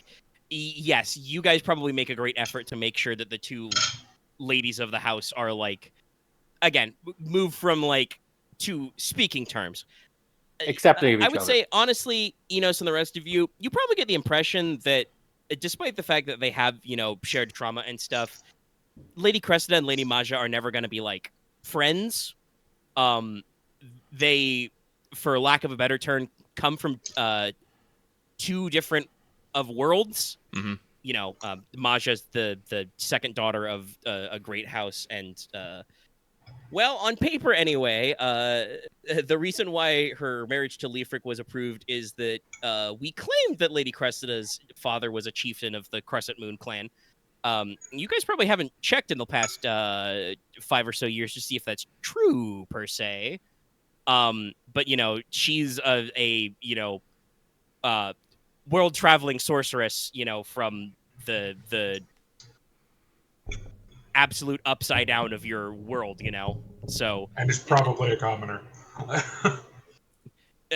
yeah, there's a debate there, but yes, it's definitely like some She was a smart lady. Certainly Cressida hasn't other than in her relationship with Leofric, Cressida has never lived as a noble woman. So like they're probably not going to be friends, but they can, Not eat going breakfast to at the the same store. table without somebody storming out. Mm-hmm. Honestly, actually, I would like to say it's probably for a while that Lady Cressida does a lot of the storming and swooning and really dramatic stuff. Mm-hmm. Like she probably goes for like the full on like funeral veils and mourning garb for a while. Maja takes it a little more on the chin, as it were. She's from House Eichstock, so she has a similar like stiff upper lip kind of a thing. Enos would, if they are like grieving, Enos would try to help them as well. Yes. Talking about like things like I would never tell any of the others this, but I have gotten like an Iron Demon sorcerer to come and ask questions of Big Dad's ghost? To hold a seance. I think I would like to hold off on that until on camera, as it were. Okay. You've probably made some inquiries. I don't actually know how, like with the way intensity and stuff works. I don't actually know how common the whatchamacallit, the seance art is. Mm-hmm. Probably, especially like you said, if you maybe have soured some of your Iron Demon relations in some more conservative circles, shall we say? Yes. I don't know if Enos has been able to rustle up any extra sorcerers. Okay. No, that makes time. So, that makes sense. That's probably a project you want to keep spinning for from now on. All right. But while he was doing that, real quick, as a note, I was double checking this. Yes, the epithet for the founder of House Eich was Eich Iceheart. So, they're usually a pretty calm and chill people. Yes, but continue, please. Inos, being an Iron Demon, is very close with death, and he did not necessarily grieve like everyone else did, but it still affected him acutely. He lost his interest in fashion. He became more honest and less joking. After it's much more straightforward, and became a bit more aloof in how he deals with his manners. Unfortunately, he's so charming and so breathtakingly beautiful, most people just pass this up. I have Courtesan's Fortune 3, which up to 3, which gives me what's it called? What's the third level called again? Like Rogue Outlaw Charm or something? I think so. Yes, Romantic Outlaw Charm, which basically Romantic means I roll the skills I perform with instead of graces. And I have the one that is specifically for is theater. So Acting. yes. So Inos is quite the character, literally. He's Yeah, a I love the way thespian. that discipline is phrased. It's the idea is basically you don't have to be graceful or mannerful anymore because you're just so roguishly charming that people just don't care anymore. The Bruce Wayne method of charming. But in those months when he was trying to mend rifts, he actually became a lot closer to Lucy Essex. And they have entered an intimate yet casual relationship. Inos has, as I said, he's become honest, and he has said that he is. How do I want to say this? He's an iron demon, so he does not necessarily have much way in the prospects in the human lands, and he's very greedy. Like, for women, for coin, for fine arts and crafts. And, he would be happy to spend as much time as he can with her, but, she has to understand that he is the way he is, and he probably will not change. But also, there's probably, relationships are a two-way street. There's Yes. probably some mutual understanding back that, like, she is the future, and spoilers over the time skip, we'll talk about it, it's Yes. very recent, but will become the lady of House Essex. Yes, and she will probably have to get married at some point. Inos is not an acceptable long-term match in that situation. No. Currently, anyway. You No. are... You're an all right guy, but you're... Actually, did you take any points in status? No, think you I did lost some. status. Oh, you removed your status. Yeah. Okay. Yeah. That's fair. So yeah, like you're not really like we said, not really a guy who's like super acceptable as like we said, like a long-term match for a lot of social circles. So Yes. you'll have some uphill moves in a few places to work on that. But yeah, so no, I mean, especially talking about like your increased level of beauty and general attitude, yes, that's perfectly fine as a more casual, friendly relationship, but it is, as you say, probably temporary. But hey, you don't have to worry about where you quarter yourself on a boat anyway. Yeah. But I'm still in this first year. But so he basically spends all of his time I keep saying basically till probably about mid-fall, running around between the Iron Demons, the Egg Lands, and the Iron Demons, the Giants. Actually, he's actually been speaking to them as well, trying to get an idea of what they're about. The Egg Lands and the Logi lands, doing a lot of diplomacy, a lot of talking. Trying to. How much time have you spent standing on hills, wistfully staring into the fog veil? A bit, quite a bit. It's very creepy over there. How Yes, much no. Eerie do you have, by the way? Excuse me? How much Eerie do you have, by the way? None at the moment. Interesting.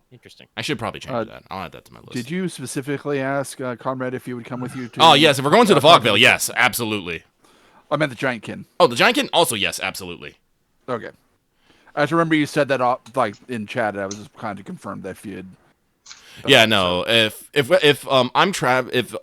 it as an open invitation. If Enos is traveling anywhere on the continent, you are invited. I probably would like to be there for the Fog Veil with the Giants, but I'm not sure if I could. Honestly, once you remove his head from his ass, Nicola will probably regularly travel with you. Well, this isn't on the first year. This is what I was talking. This is what I was doing during like the summer and from summer to fall. He was going around doing a lot of. He was trying to figure something out. You have to figure out what that is later, but around mid-fall, he basically got kind of I want to say he got an invitation from Pazor and Noctiluca to come visit Oro for the winter, which he took up, Because, one, he is in love with Noctiluca Raremouse. 2, he likes Paz Aura. And 3, he's going to go kidnap Nicola. Yes. I believe this is a case where Konrad didn't go with him. I'm gonna honestly, I imagine just in this invitation, there's just a bunch of there's this slacker who seems to be mooching off our lands that you might need to address. Yeah, I don't think you're a slacker. Paz Aura would probably not refer to you as a slacker, but she would probably be like, also, by the way, Nicola is here. In case you don't know, I don't know if you know because he never talks about his family or his home at all, and he spends a lot of his time studying how to make fulminating jars. He doesn't send letters? How do you know he doesn't send letters? Reasons. He's made his hair stand up on end like 4 times this month. I think he may need a break. God, that would be terrifying for Nicola because he has leg-length hair at this point. We worry for the time he starts making alkahest and tries to melt things. I just imagine the moment that, it's just that moment of, I don't know if Inos can kick open a door, but just, slam the door open, just slam the door open. Here's Inos. I would imagine if you pop in through the window. I could do that too. I don't think they have shutters here. It's going to be like open curtains. You just. I imagine I try and play it cool. I imagine I try and play it cool with you and fold in about 2 seconds. I should add intimidation to my list of things to get to, just because I think it might be funny. But so he would spend the winter of that year with House Oro, spending time with the Oro family, learning a bit about alchemy, more about how their jewel craft and whatnot. Spending pleasant times with them. He would not. We like to talk about titles. Good question. Do you think Inos has made any overtures to be formally recognized as a goldsmith? Would you have actually gone to the Goldsmiths Guild and put your name down? I have a pool of 6 in Goldsmith. How good do you think that is? You've been studying this off and on for a few years. You could probably be ranked a journeyman. Yeah, he would put himself down as a journeyman goldsmith, though. Yeah, so that means you can wear the little identifying braids and markers. Mm-hmm. I personally think if you have a pool in something that's above 5, you can make a career out of it. Probably. Yeah, I think that's good for journeyman. I don't, you've got several points, so I don't think you're an apprentice anymore. Yeah, I'm probably still an apprentice blacksmith because I only have a pool of 4 in that. Yeah, how many points in expert blacksmith do you have? 2. Yeah, 2 with a little weaker in your stats, probably. Yeah, because it wasn't your initial field of study. No. Yeah, and I should probably take my sailing skill down a little bit. But with move some stuff around. Spending summer there, he again much like the way with Luthiax is just without the intimacy, full on intimacy because they live very far apart. He would try to further his romance with Noctiluca Raremouse, mini dates, dinners, hand holding, other such things, discussions of things. But again, being honest and understanding that, she is the heir of a house. So this, may be temporary unless he can, affect drastic change somewhere. And, promises to see her at the Blossom Festival and whatnot. And, invite her to come stay at Stonehearth during the summer. Yes. Because it is probably very refreshing at that time. And hell, Bazora can come too if she wants. But she can bring some friends too. You can come check out Iron Demon Smithing. That'd probably be cool. This is about possible of your interactions. This is a good question. How lightly are you still treading with Baron Macarius Oro these days, Inos? It depends. Does he look like he's gonna try and kidnap me and stick me into a stack and extract my secrets, or is he just gonna be super try and get my secrets out by being super friendly? And paying you a lot of money. Definitely the super friendly. I feel like House Oro is much more, I didn't necessarily originally rate them obviously, but I feel like House Oro overall is much more like the Pelu Pelu. They're not really swindlers, but they like to make money, but also they like happy customers because happy customers don't try to hit anybody with swords. We are a against being hit with swords in this house.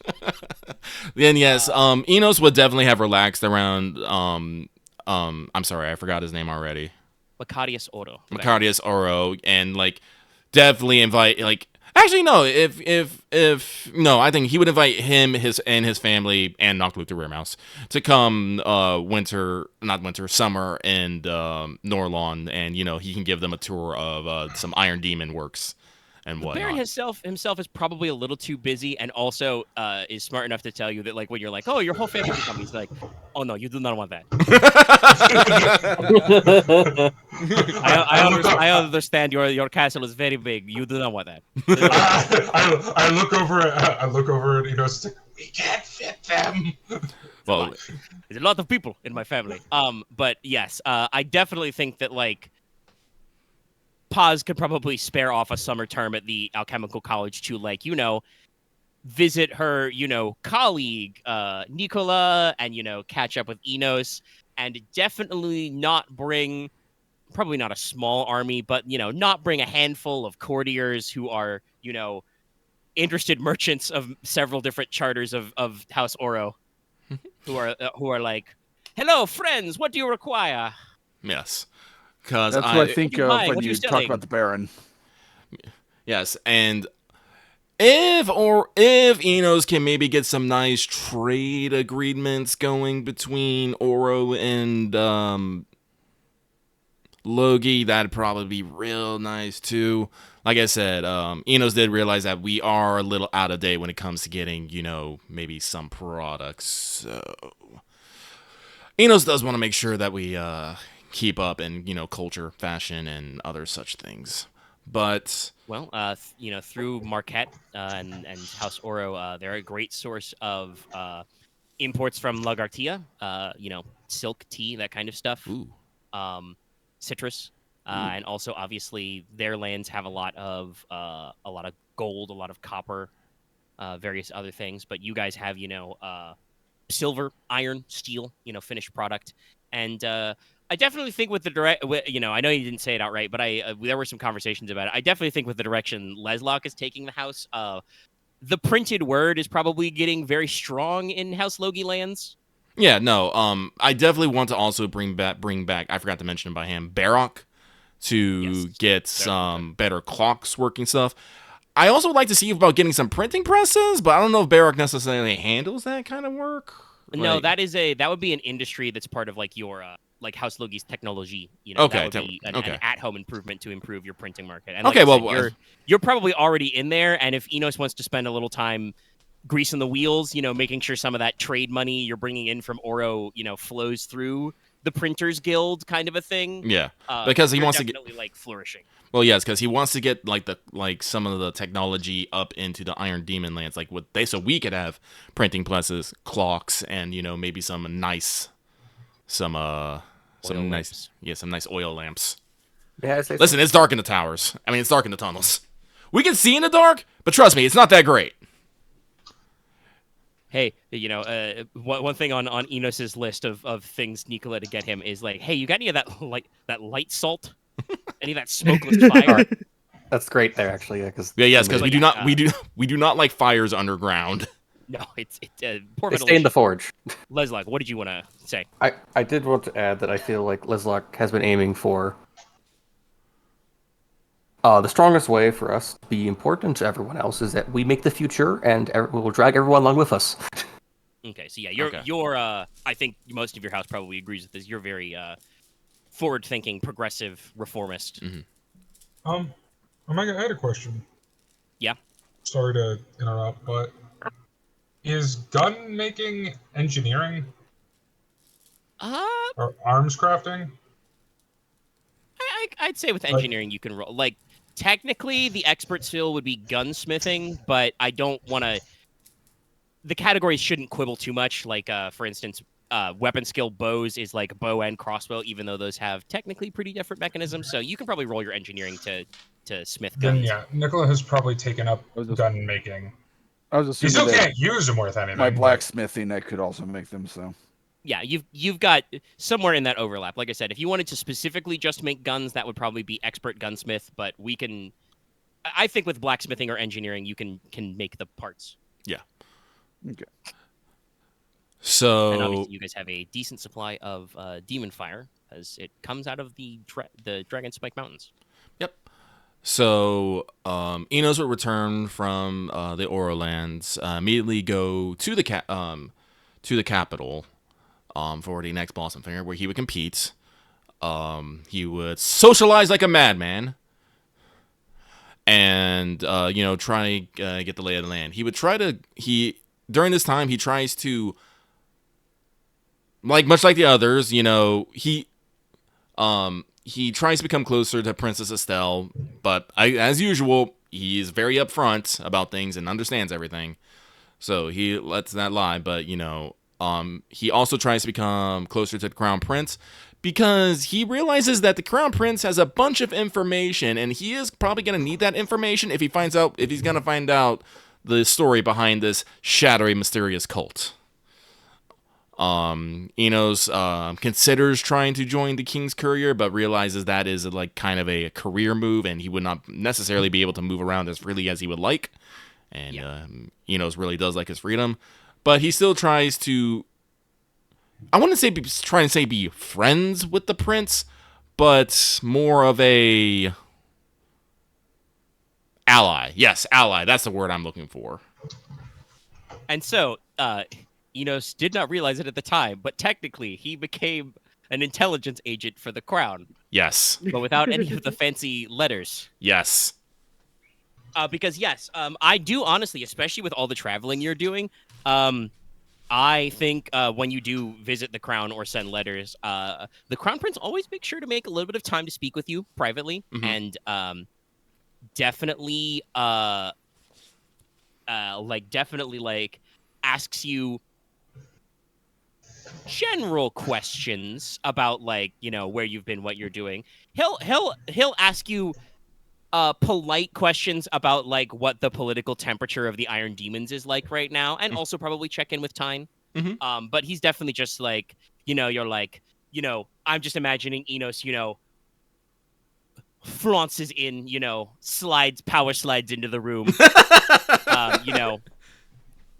flops onto an ottoman or a settee. And you're just I've just swept in from Akunar, and the prince is sips tea. Yes, Akunar. What's it like there this time of year? That kind of stuff. By the way, Inos does have hearing 4 now with sense 2, so he picks up a lot of things. Yeah. You hear as well as I do. The hot goss is definitely something the prince is interested in. Yes, and Inos knows what's up, the prince knows what's up, but I feel like there is a mutual understanding here. Yeah. Oh no, and probably you that just the same way he asks polite general questions, Yes, that's definitely how Inos arrives in certain scenes. You are also able to ask, polite, friendly questions about stuff and receive information. Like if you're ever curious, Nicola's, visiting Ferretti lands, you're just oh yes, Lord Cursor, what is, what is Forrester like right now? And he'd be like, oh yes, it's quite pleasant this time of year. Some of your mercenaries from Teine have come and thrashed all the highwaymen. That sort of thing. The grain harvest is good this year, but there was a tree blight, so the lumber is bad. That kind of stuff, Keeping you abreast of the news. I do imagine, especially if you're keeping this more professional air, you probably don't get the impression that Agave Cheval doesn't like you, but she is constantly clocking you, in these meetings. She's always making sure hey, you're not doing anything nefarious, are you? Because if you're doing something nefarious, I'll chase your ass down on a horse. Can't let anyone pretty be with the prince for too long. No, but yes, I do very much like the idea of I'm not necessarily the prince's friend per se, but I'm definitely his ally. Which is all good because he is the future High King, so it's important. Why? Shit! In the middle of his phone call. It's time to wake up. No, but Undoable. so Inos probably drags as many people from House Logi to the Blossom Festival as he can, because he feels like that we can't be looking weak necessarily. Even if we can't bring Leslok, we have to make some sort of showing and do some sort of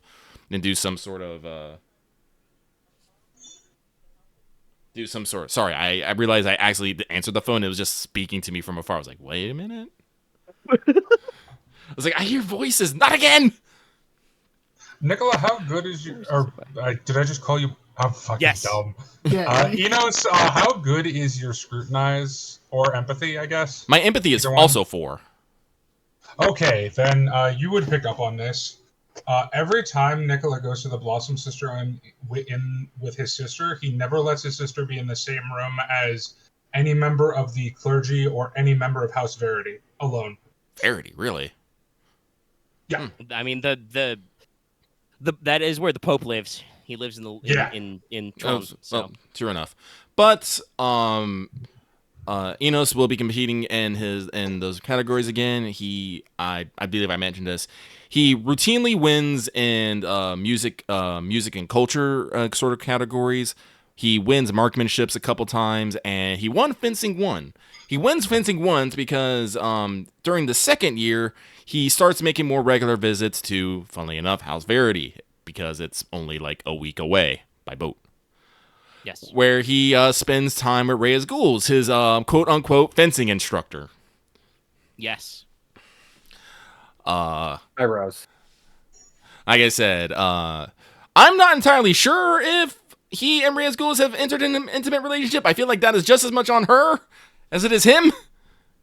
Fair. I don't know. She might go on the attack. I mean, your Beauty 3, like, she certainly, I feel like, is not opposed to Yeah. a dalliance. But I feel like we've discussed this, and I feel like Race Ghouls is almost as much of a playboy as Enos is. So, Yeah. like, again, probably this is, I'm not going to say that, like, while you're fencing alone in the garden, some people get stabbed. You have to put on some bandages. Some jackets are undone, but and maybe there's some, some heavy snogging. But, like, yeah, Reese Schools is probably at this stage of her life not really looking for commitment. Mm-hmm. Excellent. So Yeah. So I guess Reyes Ghoul will be kind of in that casual category that Lucy is as well. Then I should clear off. Enos is definitely not sexual with neither Estelle nor Noctiluca. They seem much more. It's good if you tried to be sexual with the third princess. I know. Espada would have to. Yeah, I was like, I know, but I think one of the like 3 things she has to do at 15 years old or however she is now. Actually, I think was she 14? Enos wakes up with a horse head on his bed. But like I said, I was just being definite. No, yeah, it's good to clarify for the audience, but yes. Also, no, it wouldn't be a horse head. I think when House Espada doesn't like you, they leave daggers on your pillow. They send you swords to let you know it's on. Yes, but through his continuous visits through House Verity, Enos has picked up an unique tradition, and in the in the way of the fan. I don't want to necessarily say a dueling fan, but yes, Enos has at least a 1 rank in the Iron Fan, which means he can parry with a fan. Impressive. So Enos with usually a very lovely fan that looks far more sturdy than it should be, is a common sight. But between visits to Verity, he spends a lot of times in the Northern Lands, working on his craftsmanship. He starts making trips to the Silver Tower, not to learn necessarily. He gets all of his soulcraft training back home in the Dragonspike Mountains, but just to make sure that he needs to keep up appearances, be vetted, verified, show his face. Be considered one of them. He has not actually learned any. I think the Silver Tower is, pretty pretty straightforward with keeping an eye on you. Yeah. Yeah. But Also, like you the said, like you're about to say, you haven't actually picked up any spells yet, so there's not much for them to verify. There you go. Battle fan. But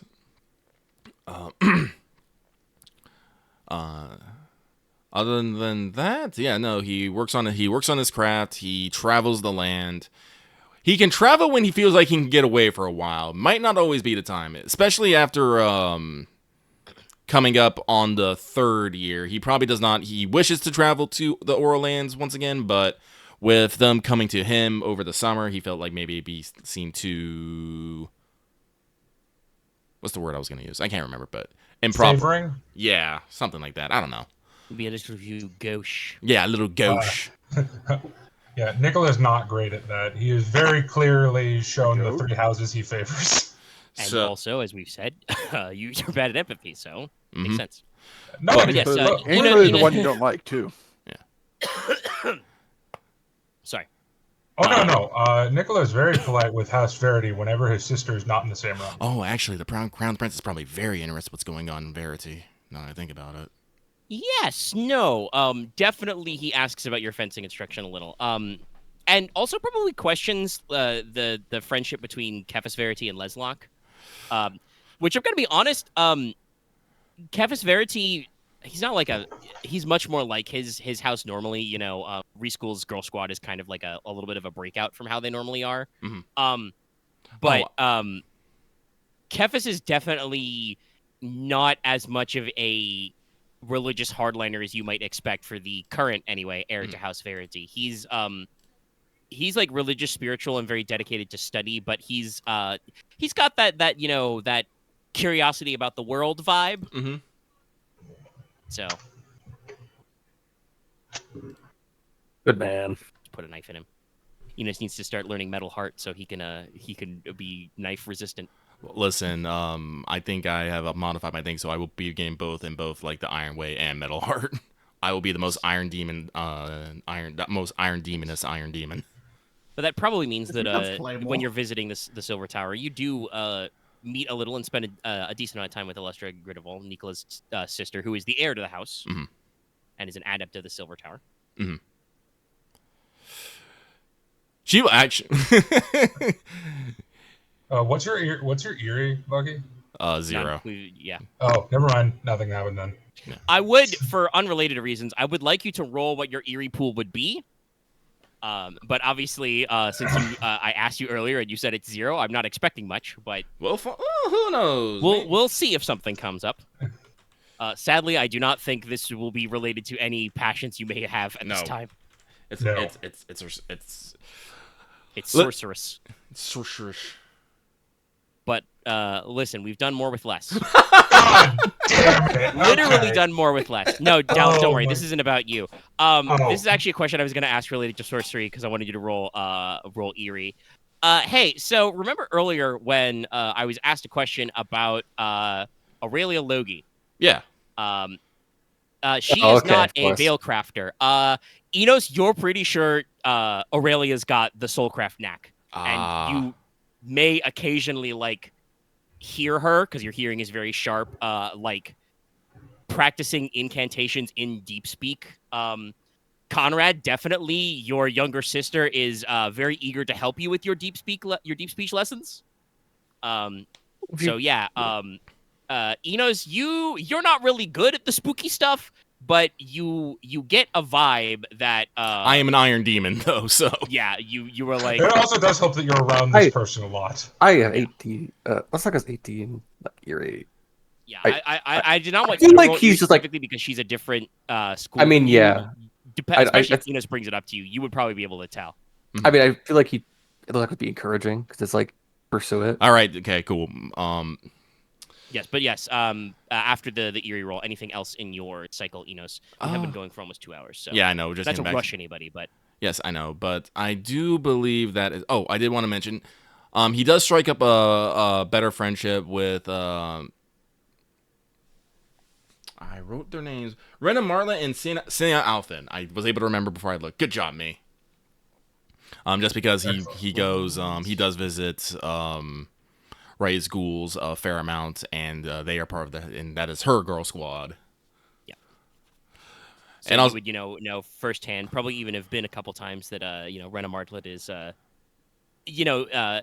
getting ahead in life by becoming a prima donna. She's a leading lady in an opera. Yes, and I also would like to try and maintain my friendship with Isadora Mercia. Even If you're popping by the capital at least once a year for the festival, yes, you can Yes. probably catch a couple of performances and Come keep in touch. Send a bundle of flowers. Send a bundle of flannels. Maybe take her out to dinner once or something. I don't know. Yeah, take her out to dinner. That's probably nice. But yes. So yes, overall, Inos has. Oh, I did forget to mention this. This is one of the big things. Inos has awakened his ability for tongues. I have the advantage both linguist and language genius, and so now he has crown, giant, and deep speech with master dies in him. So he is quite fluid. And thank you, Loth. And you should not that I think it will matter because I don't think you're going to branch into this sorcery style at all. But you should write your giant down as runic. Runic, okay. The giant language is runic. I have to ask a question. The free XP, do you get that at the start of the session or at the end of the session? Let me check because I am in advantages for some reason. Let's see. That is linguist. I believe so. It says every session. So yes, at the start of the session, you have a free XP. I'll put that into Kithlang. I should probably put that in something as well. Kithlang also makes sense. Mm-hmm. That or runic, actually. Well, for you, runic or deep speak probably makes sense. I have to speak, so I could at least get runic. But for Enos, Kithlang, because honestly, again, being in the south, being in Oro, you've probably met some desert Kith. There are a decent number of traveling merchants who visit the city of Marquette and stuff. There are a decent number of folk healers and alchemists you might see out and about, and also there are a handful of desert Kith mercenaries who are available to House Oro. So you've seen some muscle cats wandering around. Muscle cat ladies, let's go. But I heard muscle cats and just imagined like actual cats, but just the desert Kith are modeled after a few different animals, but cat people is one of them. But yes, I do. Is that everything off my character? Oh my god, that's a behemoth. That is a behemoth. I'm sorry, but let me just double check coming. here to see if I can. And for people only listening to the audio version, Konrad did note earlier that he's keeping in touch with Lana Espada via letters. And I also mentioned that he was also definitely spreading out his interest in what deities he worships. Mm-hmm. Yes. Okay, yes, but as part of his soulcraft study, he has recently gotten his his flawless attunement in soulcraft. That's why he hasn't picked up his spells, because that is a recent development of his. And taking some time to meditate in a chapel or a space. And yes, but other than that, no. Yes, I do believe that is actually everything in all right. my thing. Well, I believe that has also you guys have done a good job of answering most of my questions. I wanted to check in with everybody. I guess the main thing then will be the younger siblings, though obviously we can also do some of that a little bit as we get into play. We've Enos has already cottoned on to some things about Aurelia. Are you mentioning that to anybody, by the way, Enos? I will ask Aurelia what she wants to do, because I'll mention that to her that I know. Okay. If you do the I know sort of thing, she'll probably just be like, there's a little bit of the, I wasn't doing anything, but then it's just like, I don't, she knows that Leslok and her mother are sorcerers, just in a different school, as it were. So she's okay with letting them know, but she would probably honestly be like that she doesn't want it spread around. She understands that she's kind of being like self-taught by now and kind of figuring things out for herself. But for some reason, she really doesn't want to spend all her time cooped up in the Silver Tower. It's not that she seems to mind like Nicola or his sister. It's just that uh, actually, go ahead, roll sensible empathy for me real quick. We'll do some more time skip rolls. Hey, guess what? I made sure just in case you guys want to invite her out to do any stuff. Aurelia and here and Logi have stat blocks. Nice. Good. Can I Aurelia get- knows 2 martial techniques and knows 3 spells. What's up? Sorry, I'm like, my duty to protect the Iron Demon and their allies, which I consider, House Logi, would like this. Well, do you think this would count? For this specific case, yes. If you get a match, I'll explain why. Why I'm making you roll this empathy. Got at least 3 ones? 3 1s and 2 2s. Yeah, it's not great. I won't have her roll her. I could have her roll her lie pool for this, but NPCs have passions too. Aurelia sees her duty as prosperity for House Logi. I've written down her craving as I've got to find out who killed my dad. Mm-hmm. So yes, that's where her focus is. So, she's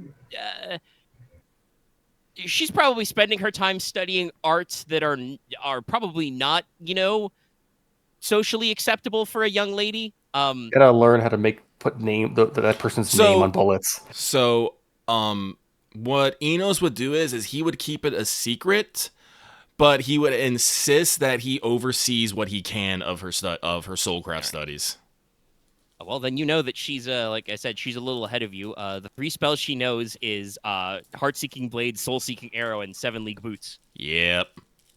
Travel far. I had a feeling on one of those. Yeah, so Inos will he won't try to teach her necessarily, like the soulcraft thing. She got that on, but try to guide her in a more of a spiritual manner. And like That's fair. She does have 1 point in student religion, so yes, yeah, she's been a little bit of a crisis of faith. And like I said, she's like, honestly, I think all of you would know from spending any amount of time with her. She's not like straight up become an Avenger, Regency era Batman, but like that's where a lot of her skills have gone. Like the stat blocks I picked for her, like she doesn't have like a lot of the fancy pants like social skills, but she did end up with like she's at 40 in charm, not 40 in charm. She's charm 3, 40 in sorcery though. She's only got graces 1, but is like 3 lie, intimidate 2. She's got a few points in like stealth and climb and stuff. She's yes. a rogue. Yeah, so she has a lot of knowledge skills though. So like high lore, she's got a couple in like student law, student religion, student wilderness, and stuff. She's got some healing. So like she's in that phase of like she's having a moment, a crisis in her young life, and is trying to channel that. And the way she's channeling it is definitely like she's ready to fuck some people up. Yes. So Inos will not necessarily try to dissuade her from her studies, but make sure that she is not destroying herself in them. I guess is the best way to put it. Yeah, and she's very keen. Like she's got some eerie, got some empathy and stuff like that. So on the other hand, stat wise, I think it's not exactly the same, but Hyurin Logi is kind of like Konrad in miniature. Small rad. Like he's body 3 right now. He's got a decent pool in sword, a decent pool in fight. He actually has a shitload more graces than Aurelia does. I won't say they're like full blown like Goofus and Gallant type of thing, but like when the two of them together, like Huron is much more of the like, well, it would be proper for us to do this, and Aurelia's like, proper this, proper that. Why don't you try having an original idea? And he's like, guys, Aurelia's bullying me. Probably not quite that down, but like definitely like, hey, hold on a minute. I'm being sauced. Yeah. He's Huron's working on a little stuff. He seems to have a natural talent for leadership, even at only age 15. Again, just the way stats shook out, he ended up with Command 4 and Inspire 2. So like he's got a slot. He's got some natural, leader of men type vibes. but he's still like, he doesn't have any knowledge skills yet, kids. He's sense 2 with no sense skills. You know, I didn't go overboard because he's 15, so like he's still very baby mode. We've talked about like bringing the family together and stuff. This will come up. Definitely in the past couple of years, Lady Maja hasn't really made any moves or suggestions or even insinuations to anybody that Leslok is not perfectly suited to be the heir and that she would prefer Konrad inherit. I think everybody knows that, like, you're not stupid. Other than, again, Nicola has zero empathy, so maybe he didn't notice. But, like, most of you definitely understand that, like, well, of course she would prefer her son be leader of the house, but, like... But she's not going to push it during a crisis. Yeah, she's not in a position where, like, you guys, I think, have done enough to say that you're, like, spending time with family, bonding, circling the wagons, that, like, you know, Leslok has to double-check whether or not she's poisoned his tea or anything. I also think Leslok has put in actual effort being ready to do this, so I feel like that's a thing at least the others have noticed. I think Maja has, like, a begrudging respect for you, but she definitely, like, whenever Konrad is home, Maja is like, oh, Konrad, you know, why don't you, have considered, applying to a chivalric order lately? Or, you know, perhaps we should, position you as a constable, ask for promotion for captain, kind of, like, she's doing almost like that pageant mom type thing where, like, whenever you're near her, she is trying to, like, steer and expand your career, which is, on the one hand, can be helpful, but also when you're just like, Mom, I just want to go into the mountains and make swords, sometimes you gotta take a break. And there is definitely that kind of like breaking point to a point where like kind of will no, stop that.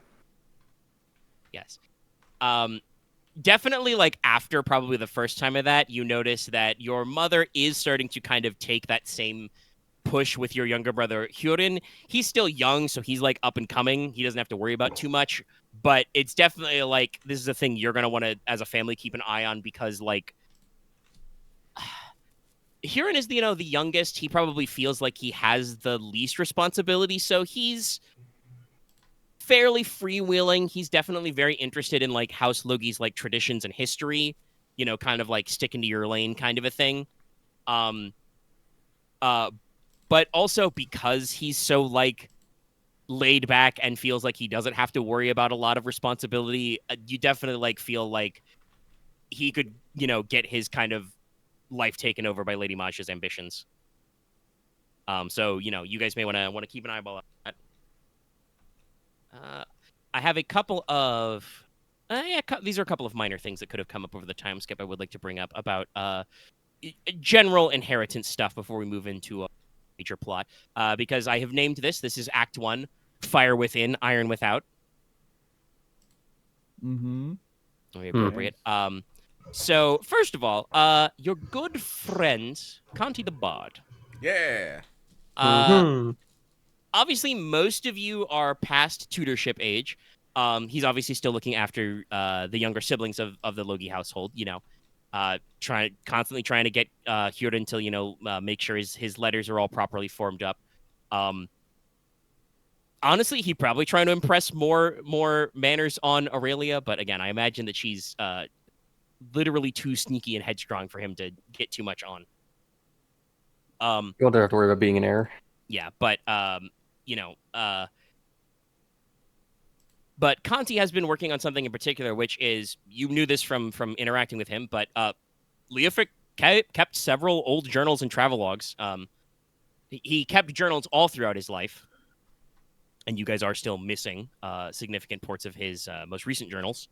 Obviously, like I said, the last couple of pages from those days in Lampclear were cut out or torn out.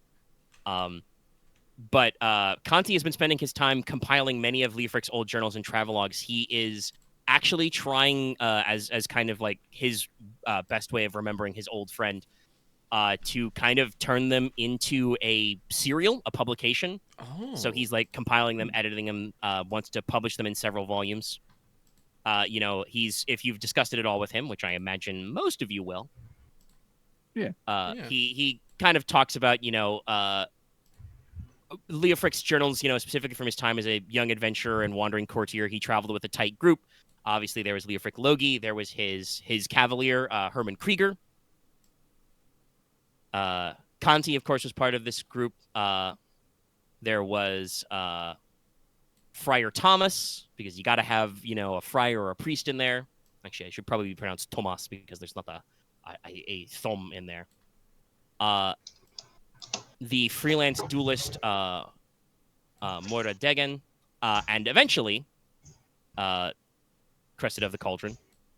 And in these journals and travelogues, there are recurring side characters: a young Lieutenant Coraline Marin, a mysterious cut-person burglar only known as Ladron, Sister Mercedes Verity, etc. So, a lot of these are Leofric's own notes from time he's done stuff. Cool. Traveling, journeying, just like recalling what traveling is like, his interactions with other nobles, occasionally getting into some instances with, the text kind of painting a few villains, pirates and bandits and the like, But I'm assuming, anything remotely resembling any kind of background to what's going on with who possibly could be responsible for this thing is gonna draw your attention. Yes. Yeah. Yeah. So there are a few, like I said, recurring antagonists in some of these notes. There's a person mentioned several times named Charlotte the Witch, who claims to be descended from the Lost House Venin. There was Frederick Foretti, the current count's younger brother. Eastbrand Frost, a illegitimate son of House Eich, and a gentleman, a unlanded noble from Tempest, known as you guys are gonna love this name, Litirsis Cervantes, who Conti has said is now a judge and married to a cousin of House Espada. All of them are described as having, antagonistic relationship with Leofric and his band as they go about, as Leofric went around, exploring ruins, fighting duels, singing songs, investigating the ails of the common people. Some of those people are probably important, so you may want to keep an eyeball about, how strict Conti should be editing these. Yeah. We might need to do some name changes, make some fictional. Conti's not afraid to embellish. He would definitely ask, technically, Leslok's permission, but he would consult the family. And also probably just something you don't have to do it right now, but something to keep in mind is that after he's done compiling, which is something he's been working for a while, needing to edit. I assume Leslok at least will want to.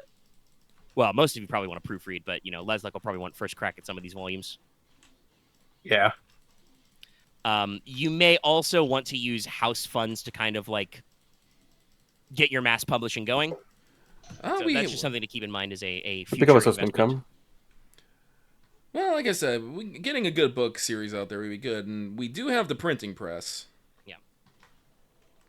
The other important one is the matter of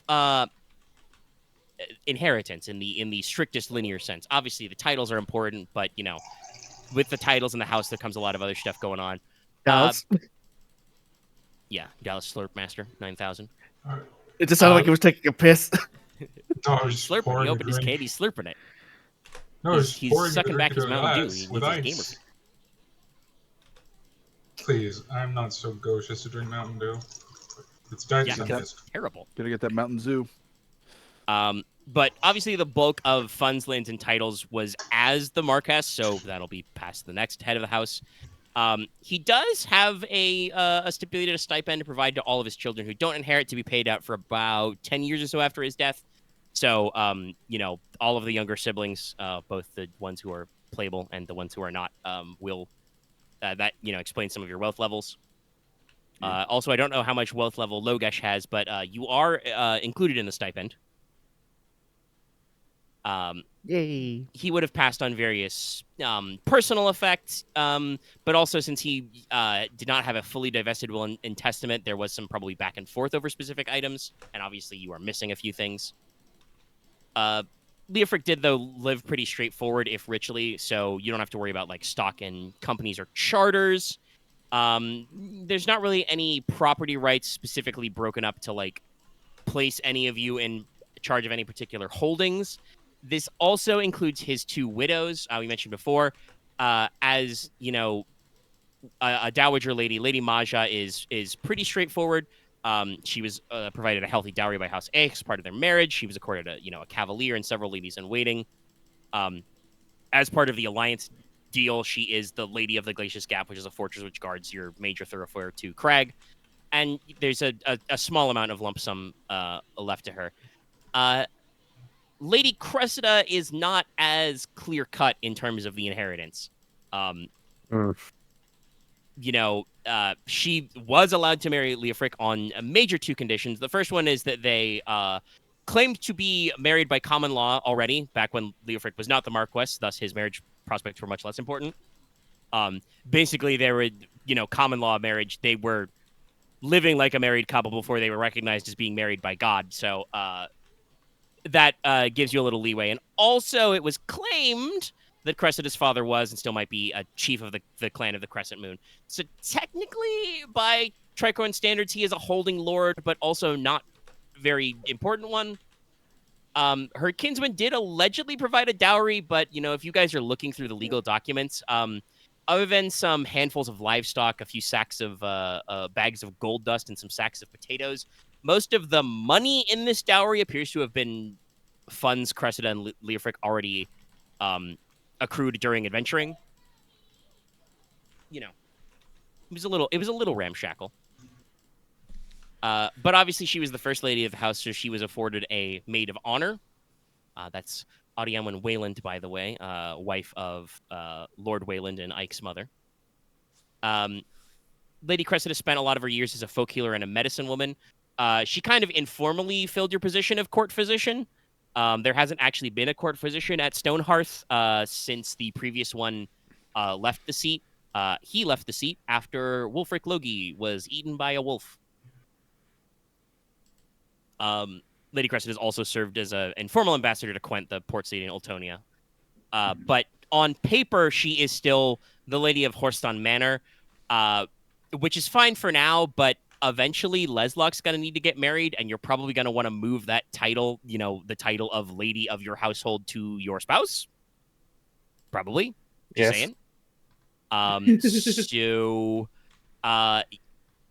may need to take some time and do some legal documentation to, move some stuff around and make sure that Cressida is provided for in the coming years and, managed everything. Aurelia is of society age and is taking, has her own issues to take care of, which in my notes I wrote as a laundry list she is building, but will come up later. There are a couple of holdings that would be fair enough to, claim that Leofric may have intended for his first widow. You could, House Logi naturally does have a country estate, at least one. Leofric didn't really make much use of it. He was, out of town a lot over the past several years, and you guys were in town a lot as younger kids. But you do have a country manor. Would probably need a cleaning and refurbishing. This would give her, some busy work, but it is a state house in the country, so there's steady income from passive, hunting and farming of the land. And your manor house is just sitting there, so that would make Cressida, Lady of Tharfield, the location of it. Or, if you want to be a little more politico, you could move her to a more profitable position. Place her as Lady of the port city of Granlum Bay. Granlum Bay is not on the map, but it's probably on that coastal line, basically due south of Stonehearth. Granlum is on the southern coast. It's a holding that's under House Logi. It's not nearly as populous or important as Norport or the Biden, but there is some coastal fishing. There is some coastal transit along the coast. Like if you want to catch a boat up to Palik or Gridarvol lands, it's important. And it does have good currents for your trade to the Southern Cauldron. It's a decent starting point there. Now, Lady Cressida doesn't really have any formal experience in administering a city, so you'd probably want to make sure she's got good retainers. But if you did want to do some future work growing your economy and trade influence, it might be nice to directly control that port, because obviously the Biden is run through House Essex, and while your retainers of House Essex are very loyal and very friendly, they do have to worry about their own shit. And Norport is technically in House Gladwin's lands, though it is maintained by several of your banner houses working together. Okay, that's what I was just checking, actually. Yeah. So, and Norport's like on the other side of the peninsula. That's your like easy way to run over to Tron or Ferretti or even to the. Yeah. So, obviously, strictly speaking, Leslok is the authority here. But you guys would all be taken into counsel for this, and it would probably be something that your clerks and solicitors bring up. I mean, Nicola would heavily advocate for opening up that port city. Yes, but do we want Lady Cressida in charge of that? Does she want to be? Like, we talked about this. Lady Cressida doesn't really know much about being a noble. Yeah. She's good at... I mean, she is a very well qualified and attuned veil crafter. So, like, she's a spooky lady. She knows a lot about folk medicine and healing, administration. Not one of her strong suits. But also, if we set her up with smart enough retainers, she does present a more, like, putting her in that position puts forward an image that we're dedicating a lot of resources to and a lot of importance to that area. Yes, her actual commitment to the job doesn't matter at that point. I know that's shitty to say, but... Well, no, you got that backward. If we put someone who doesn't actually know what the hell they're doing in place of planet, that means we don't care about the area. Well, it would depend a little on spin. There are opportunities. If, like, you just, if Leslok signs a declaration that's basically like, the Lady Dowager Logi is, the Lady of Grand Lambe, and just send her off, yeah, that's not going to go over well. Like, the people are going to be like, okay, cool. Who's this lady? What does she do? If you made a big show of, like, taking some of the time out of your day, well, not your day, but you know what I mean? Like, taking some time to visit the city, set it up, check with the locals. Yeah, you're good. I'm picking you up, Loth. Okay. And, like, actually, like Nicola said, making sure she's got good retainers, possibly local retainers. You could do that, but it would require extra effort. So basically, like, Granlund Bay is probably kind of like the big thunk, the galaxy brain move. Like, it's going to take you a little extra effort, but could have more payoff. Putting her in charge of Tharfield Manor is much more like middle of the road. It will, give her something to do in her time as a dowager lady, and would help improve your holdings there, but is not really going to change much because you still will have a manor house in the country. Yeah. I would say going the safe route here because, again, do we necessarily want to be doing any, like, big brain upset moves that may upset the balance right now? Probably not. So if this was like a power move or something, I would agree with Lucky, but this is making us more amenable to trade from people we've possibly had an antagonistic relationship with in the past. Who are we antagonistic relationship with? Or not antagonistic, that's the wrong word, but like we haven't had a good trade relationship with a lot of the places that this port would open us up to. Again, who? Again, you're saying on our southern coast, which isn't necessarily the heart of your territory. Honestly, no. Since Leofric married Cressida, you've had a pretty good trade relationship with Cauldron. That's what I'm saying. Yeah. I'm mixing up my directions. Like I said, like we have pretty good trade. You got to remember, we are freaking House Logi. We deal in steel and stuff. People want our shit.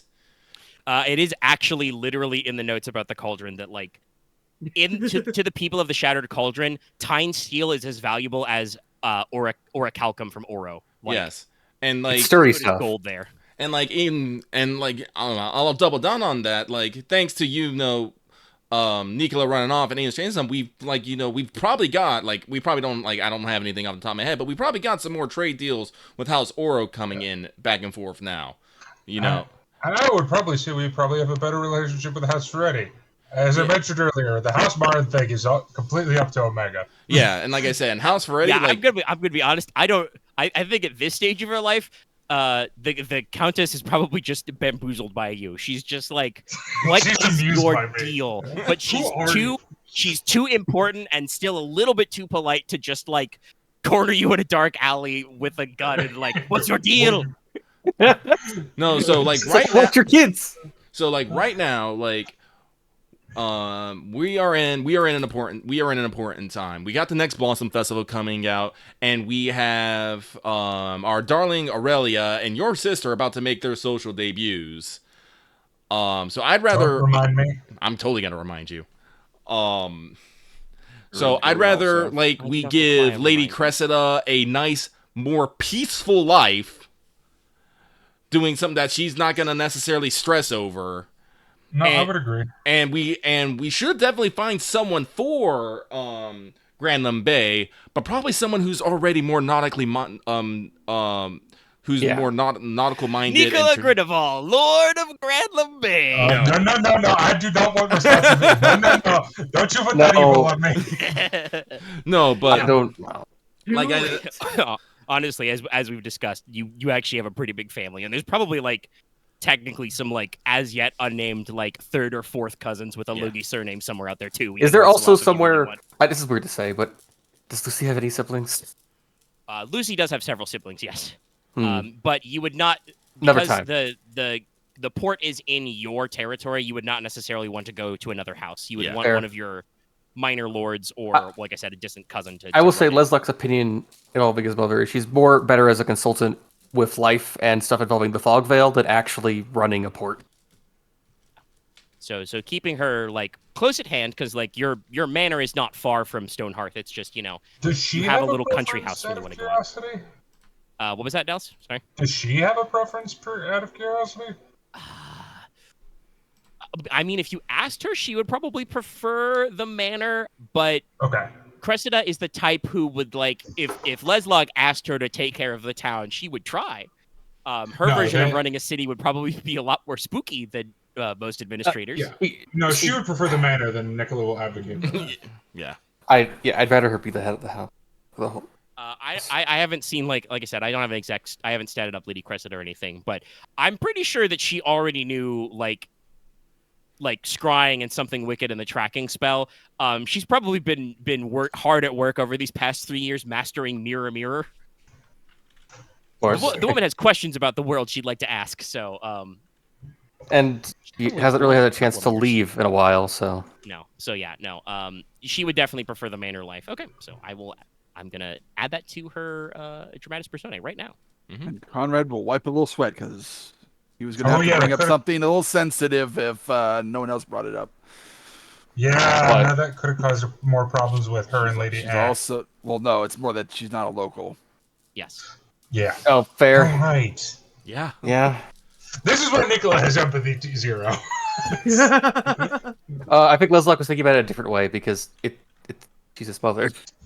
Well, like I said, the fact that she is foreign is actually a concern.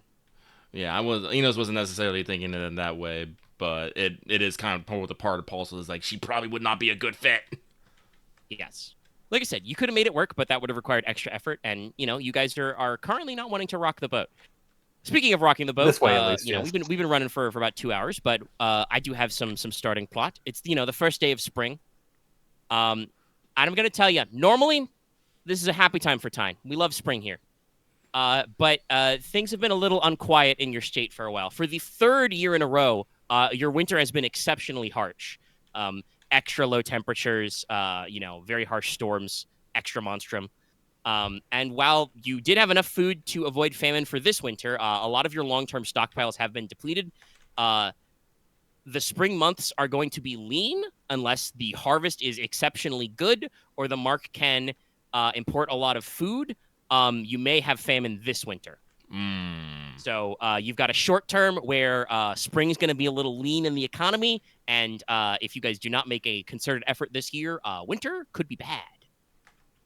Generally, this is seen as a sign of the times. The general mood among your people is that there is some bad juju in the air. Leofric Logi is the second in his generation to die young. It has been interpreted as a bad omen. A lot of the common people, especially in your more southern holds, that peninsula side, closer to Tron, tends to be a little more religious.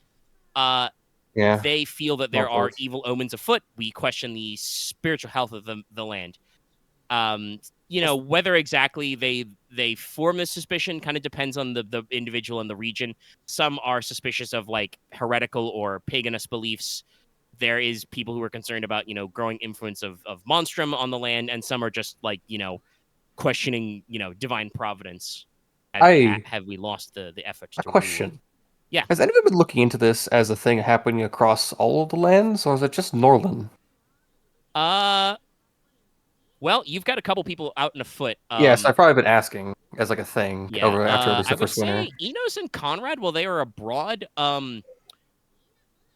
definitely, because they are on the same continent as you, has having harsh winters as well. They have a couple different ways to handle it, but if you're thinking about economics, they will also probably not have a surplus of food to trade with you. I was not thinking that avenue, but no. Honestly, while your guys are abroad, no, you probably don't notice as much of what seems like a spiritual unquiet in the other islands. Definitely, there are probably more normal socio-political unquiet in the islands. Because I'm not going to say that you guys alone can act as a big bridge. So, like, there's probably still a little bit of tension in the heart of Espada about which one of the two is going to be an heir, because generally people see Rodrigo and Ainara as fairly equally qualified. Might be working out themselves, but not nationwide. You guys are aware of it, but that means that there are probably like occasionally gangs fighting in the streets and some sort of like the usual sort of political unquiet you'd get. There are still seasonal reports of bandits and highwaymen in other regions, and even your own region. Oh, foreshadowing. Spiritually, it doesn't seem like a thing, but you guys are also not plugged into those lands 24/7. So, but also, in addition to this omening, this means that the impression that things are not quite right in the House of Logi has kind of been carried over to some of your nobles, who are of some split minds. Obviously, legally, Leslok is the rightful heir. This outcome has been said to be desired by the High King. But generally, there are some people who give their doubts, whether it's because of your relative youth, though obviously as years have gone on, that's gotten to be less of an issue. Some people, question some of your more studious interests.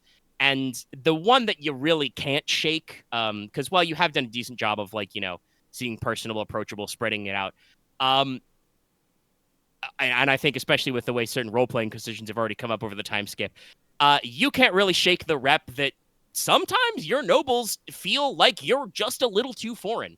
You have a connection to a people and a sorcery style which they feel is not their own, and that is a vibe that I think a lot of your inner circle doesn't give a shit about, but that, like I said, you have not necessarily done anything to shake that vibe. No. Because, I mean, I think you've made it clear. Leslok doesn't feel like he's foreign, Yeah, because it's the kind of it's thing also that a thing of Pikachu. Leslok believes if there's no answer inside, you find one outside. I don't know what that means about being foreign or not. No, that's not I mean, that's a little more. That's a fair way to conceptualize esoterically, but also Enos's response is the response that nobles have. They're just like, what does that mean? He would say it in non-magic terms. What does this have to do with the tax code, my lord? I do not like your words, funny magic man. No, none of them are. You guys are not the North Skyrim. It's just that you have your own sorcery style. Someone from Ike would fucking call me a magic man just to spite me. I probably would call you Magic Man, but that's because she, there have probably been some joking discussions about, accomplishing things. Yeah. It has something for House Eggs. Yeah. I might as well. But you have a couple of different camps. Some of your hardliners originally wanted to push for Leofric's sister, Yibel, your aunt, to inherit the position. But she is a spinster. She's still unmarried and has no children. So guess what? Leslok would still be the heir. And also, more directly, once again, to remind you that your aunt is a G, she has explicitly threatened to pass on all titles and join a nunnery if they tried to force her to inherit. Like, she much like how Nicola responded to my joke about making him Lord of Gram Lumbe, Yibel is perfectly fine being the Seneschal. She does not want the smoke of being the Marquess. So this means that your banners are in 3 loosey-goosey camps. I'm sorry, but I was thinking like, I will go to the Iron Demons and I will go go to the Circle of Heresy and ask to become a nun. No, you have your own nunneries. Yeah, we have our own I'll be fair. nunneries. Yeah. I'll be fair, but yeah. So your 3 vague camps come in a couple circles, and you can, because you guys have your own skills and company effects you can work at now. We're going to talk in a little loosely, but the competition is kind of between the people you'd expect, which is the 3 player characters who are likely to inherit House Logi. Leslok, obviously, you have your own hardcore supporters. I can tell you straight up, you don't need to gather intelligence. The core of your support is your immediate family are all behind you. I think it's fair to say. And the biggest ones are the Lords of House Farah and House Wayland are 100% behind you. As is the recently elevated Lady of House Essek that has actually come up over the winter. Lucy's father finally decided to retire after one too many incidents with Sea Devils.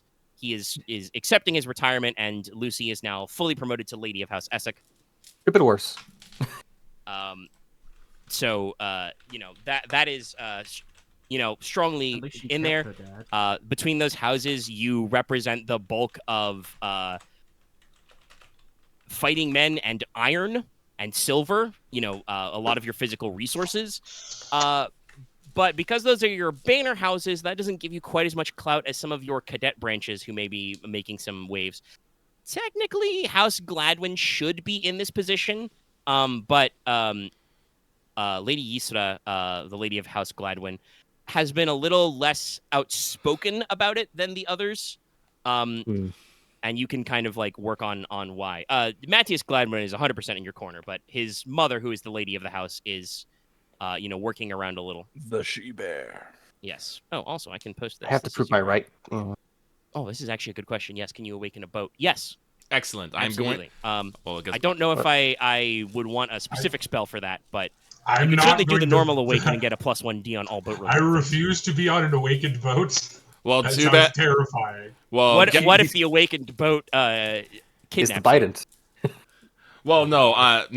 Lucy's I the know. captain of the Parentheses Seawolf, there. and I'm like, I'm totally gonna Yeah. win the boat for her. What? Make it her I best forgot I buddy. had some brackets in there. My bad. You Yeah, do blank. not have a court physician. Nicola, you have not fulfilled it yet. Oh, it's so blank. No, It was 'cause like, I'm- yeah, time to roll. Yes, One it had the brackets. So Yeah. this is your small council. Alrighty. If Leslok is recognized, he will be the Marquess, and you have these people in it. So Yisra Gladwin is your hunt master. She's in charge of a lot of that stuff. Also, I want to say my mission has changed. Oh yeah, what's your mission? What is it? It's a bit of a sorry, not my mission, my Your duty. my duty. Yeah. What you got there? It is to enforce unity within the kingdom. Yes. Enforce. Okay. He said he got a little bit of an edge. But there is a camp, mostly you would say of either older lordlings, like from the generation before you, Leslok, or a decent number of courtiers and knights who lack lands or titles, but hold a lot of your government positions, who are actually aiming to put Logesh as head of house. They feel that the line shouldn't have passed to Leofric for whatever reason, because of tradition or because of their perceived political gain. Like I said, you can kind of investigate the block of who's in charge, but I can definitely for sure tell you that I think you guys would be able to piece together without rolling that this group is centered around your head constable, unfortunately enough, Emery Palak, because this was discussed in session 1, but we haven't really brought it up. Logesh's mother was from House Palak. So Jordanes Palak is Logesh's grandfather. Emery Palak is your uncle. And so you are his sister's son. So that would presumably be some political advantage. The Lamplighters are in your blood, damn. Got a few stuff. But also, there is a small but dedicated faction that is pushing for Konrad, either because Konrad is, out about in the field hitting monsters with sharp sticks and that sort of thing. And, generally projecting. Obviously, like I said, they're small because you have not made any moves yourself. I think I've actually been dissuading it because while I'm Don't out there, want I'm talking to my brother. So yes. But there are still, I think, a few who are out there.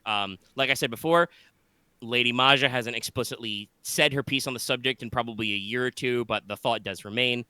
And there are, a couple of other lords who would probably be interested to push for this or pull into it.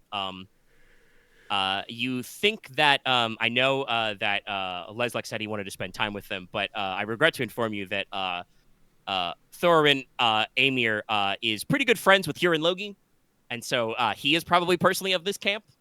Mostly just because I think he thinks that Konrad is cooler than you. I'm sorry, he's like 16. Yeah, but the weirdest thing about it is that I see the upper camps as they believe in the idea of Konrad and Logesh than actually the person, because I don't think Logesh or Konrad have ever agreed with them on their stuff. Yeah, it's one of those things where, like, obviously these guys, like, I mean, if Konrad or Logesh actually wanted to, like, contest your position, you guys would already be in civil war. The men are there. Because they are not, it is much more of a quiet grumbling and, like, a little bit of stonewalling. Also, I would probably say, yeah, Inos, Konrad are out there asking questions, and you've got a couple of guys keeping in touch with the Crown Prince as well, who is Lord Cursor. There are some steady rumors that there are a number of freeholders and minor lords who are willing to defect across the border to support a Konrad coup. Presumably, Lady Mjol is not officially sanctioned these in any way, because that would be super against any diplomatic arrangements you've made, and would also probably be tantamount to, declaration of war. But there are some guys across the border who are probably like, hey, that Konrad kid's, as much an Eich as a Logi. We could go hop the border and get in with him. Those guys are probably the kind of like the kind of people that Konrad is not actively able to speak to and dissuade. So you got a little things going on. Oh, right. People literally hop in the border, join the other country. Yeah, no. I mean, we talked about this. This was the reason why House Essek and House Blaka are two separate houses is they were a tribe or clan of people who were in a certain land. The border went up, dividing the land along a river, and now there were two halves of their family on different sides. You do, though, in addition to just their general vibes-based opinions and, of course, the usual political backstabbery, there are a couple of legitimate concerns you guys want to be aware of. First of all, you got a harsh winter. You got a possible food storage in spring. Mm-hmm. Yeah. Men are a little desperate. There's been a little bit of banditry and poaching on rise in the Western holds. And indeed, first day of spring, you're getting some of your fresh reports back from your holdings, Leslok. There are reports that in addition to some smaller gangs of like less than a dozen men, there may be one or more large organized groups of highwaymen forming on the Western roads. And it's possible in coming weeks, if they are large enough and organized enough, we could move on from attacking, merchant and trade caravans to attacking noble caravans for ransom, or even sacking farmsteads and freeholds that are underdefended. So And that will I wanna keep an eye cascade. on that one. Yeah, that will cascade into more and more. Yeah, and that'll be chaos. The other thing is the matter of Monstrum. Attacks are bad in the winter, but you had, despite regular culling patrols, you had several outcrops to take care of. But also, it sounds like a couple of beasts have survived the winter. In particular, there are sightings in the western areas of the Eldamur, the valley you're in, of one or more wargs Large wolves, fiercer than normal. And once again, to reiterate, because Wulfric Logi was killed on a warg hunt nearly 20 years ago now, this is generally seen as a really bad omen. People are rocking on this vibe. But before you actually block this all out, there is the subject of the actual succession. It is the first day of spring. You are not in a position where you are at full assembly of the small council, because the roads have only been open for probably like a week at most in the very late winter. So not everybody has shuffled in. Obviously, all the player characters are here in Stonehearth. Your immediate family is here as well. This means also that Yibel Logi is here, obviously. But she is once again, speaking to you. Actually, this is a good question, Leslok. You're not formally in charge.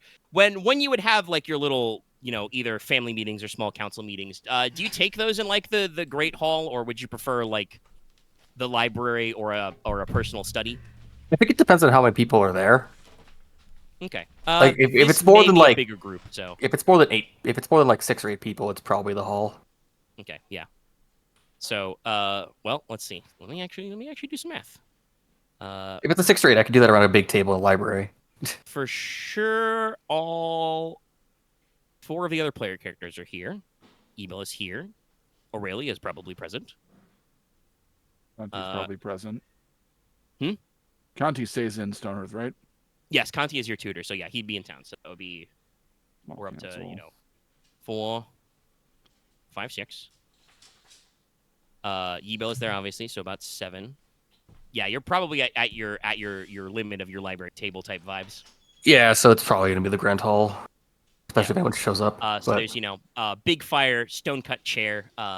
Whether or not Leslok wants to sit in the chair or just kind of like stand near it, lean on it.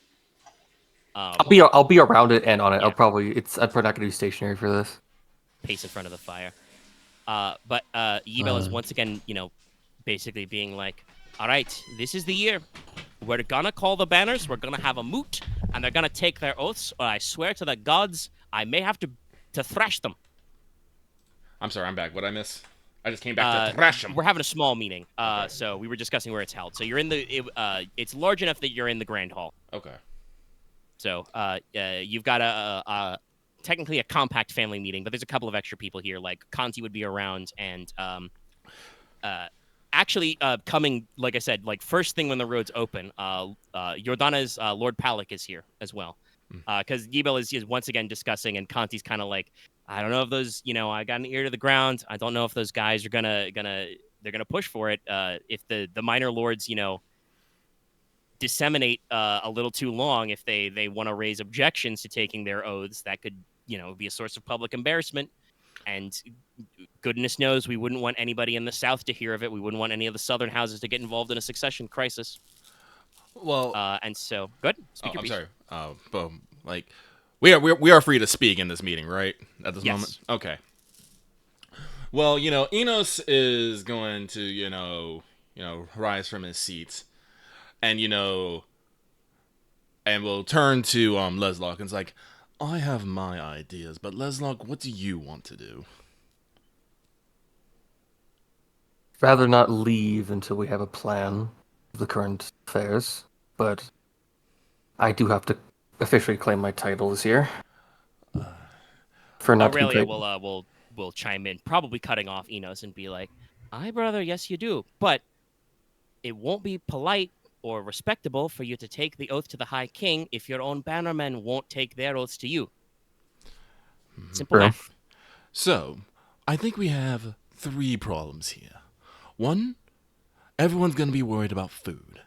2, people are going to be worried about others stealing said food or other things. And 3, we have some ill omens. So, for At least there are food, elements we can hit. At least some of them are. So, for the food crisis, we can how are the coffers? Well, let me look up what the description of Treasure 2 is real Yeah. quick. Let's see how much cash the game says you've got. If I have to, I can take hits my wealth Well, to pay to cover this. I'm right Let's see. on that page. Yeah, but hold on. qualities of company, might, treasure. There 2, it is. a struggling company working very closely to the margin with little in the way of a fiscal safety net. So your coffers are full for now, Okay. but you might not have a lot of backstop. I can't say that I'm much in the way of tending to either food nor Actually. fights. Then please be However- quiet and let me finish talking. Actually, your head coffer is Jordanes Palak, who, like I Yeah. said, he apparently rode out here first thing. So he would say, Yes. Young Master Inos, we're coinage is a little light. We have enough to settle our accounts, and I'm sure the tax season will be normal, but there is concerns about raising our funds. I have a thought about the Omen situation. I'd like to extend to my lord, but we can wait on that for a moment. It's like I always put practical over the superstitious. It's like if need be, we can try seeing if we can purchase food to survive at least to get us through the next year. We do have some favorable trade deals with some out there, and someone out there has to be getting a surplus this year. We might be able to work out the deal. Until then, we kind of have to pray and hope. With the bandits, it's like, can we increase the amount of patrols that the men are doing? See if we can cut this off before it becomes any bigger. Who is our... Your head Gladwin. constable would be Emery Palak. He is not with his father currently. He has not arrived yet. If you want to turn to Jordanes, you can ask him on that front. Yeah. He kind of rolls his shoulders and says, "Well, that I believe we have decent in. The lamplighters are as always fully funded. He gestures to Konrad. The young Lord Konrad is well experienced in their day-to-day operations, and of course, if we count him as the lord of the house, the men of every banner are supposed to respond when the Marquis calls. So I'm sure we could muscle up men-at-arms, constables, whatever. I do think, Master Inos, you're thinking of this in a slightly wrong time frame. Unfortunately, I think our problem is that some of these men are already organized. They may only be a couple dozen strong, but some of them have banded together and are making moves, though I'm not sure. I have just come from Dresden, which is a little out of the way where they're operating, but I've heard some of these tales myself. I see. We may need to move in force. If they're already starting to organize, do we have no way to make a position to where we can get them to deal with any monstrum? Maybe get them to help us deal with our own problems if we can offer them what they miss?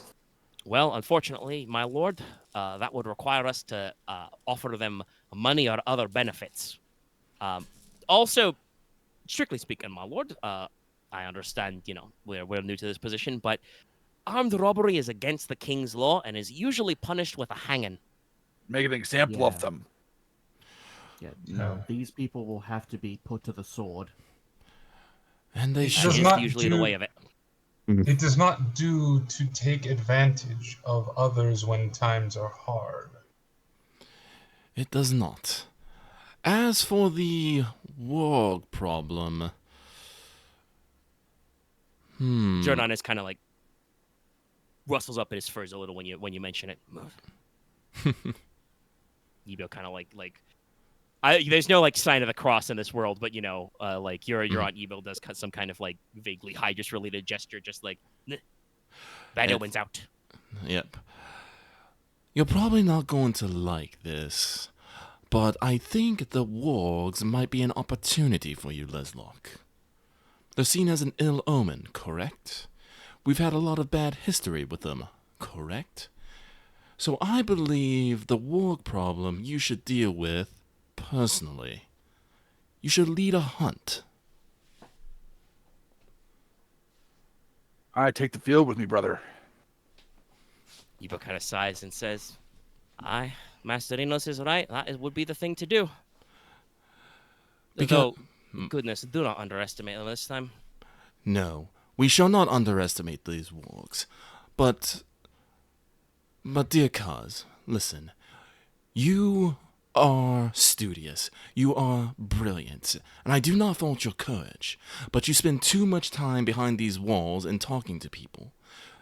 The people of the North, they are a hardy people, and they put just as much stock as they do with your skill with a sword as you do with the skill with a book.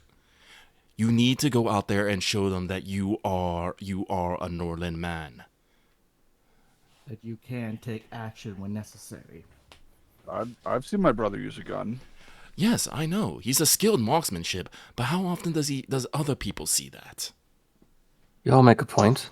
About once a year. Your family gives good counsel, my lord. But I do have one more thing. I've been consulting the old text lately, and I'm sure you may know what I'm about to suggest. But I know, my own damn fool son, he is, I would not say against you, but he has his own opinions. But I think there is one way to affirm that you are indeed the proper heir to the house. We can only be debated that ye are of the blood of the Torchbringer. Ye should take yourself, my lord, and any members of the blood you wish. And he does nod towards Inos to say that he's included in this, even though obviously you're not literally blood related. Yep. About a day's ride north of here is Fjoliv, the Mountain of Life. And under that mountain is the tomb of your ancestor, Logi's Labyrinth. Inside, among many other tricks and puzzles I'm sure our great ancestor has left, according to the legends, he left his great flame-baited sword, the Flambert, for when the house would need it again. And only those of the blood are said to be able to pass safely inside. It would showcase your own strengths with both book and with sword, and certainly none can say that you are not a Norland man if you return from the labyrinth.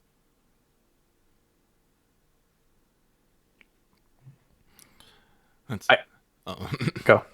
And it's like, Enos will follow up. Yes, with a couple of great deeds under your belt, I do believe that we'll have a lot less much fewer problems of bringing people over to your side. Yes. Because despite any words from Konrad or myself, people will still try to put us up there. Aye. And it rolled his eyes. They're married to the idea of you. Unfortunately, my dear cousin, idea or not makes little difference. Their support is not behind you. Of course. Well, So, I'm sorry. I'm sorry. No, go, Loth. So, sorry, just trying to make sure I enunciate better. So, given all these options, firmly, we have several things we need to tackle. The food problem, the bandit problem, which is related to the food problem, and the proving of Leslok. While I do understand that proving Leslok with the trials of our ancestor is important, I do firmly believe, though, that handling the food situation might take precedence. Enos will cut in here. It's all like, the food crisis is pressing, but it'll only become truly a crisis once we hit this winter.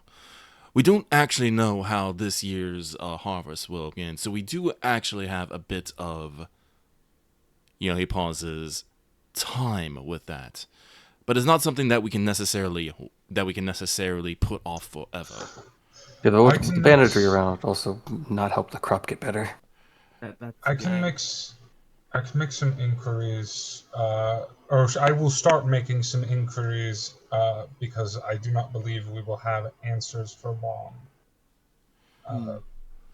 We could probably figure out some way to fix the food thing if we bring some goods and maybe some good solid iron and steel to Crown for the festival, and maybe trade it for food and foodstuffs there. That is an idea. Unfortunately, the thing about festival times is prices can fluctuate wildly. We may not actually get a very good deal. Especially since we'll have to buy the promises of crops. Most people are living off of their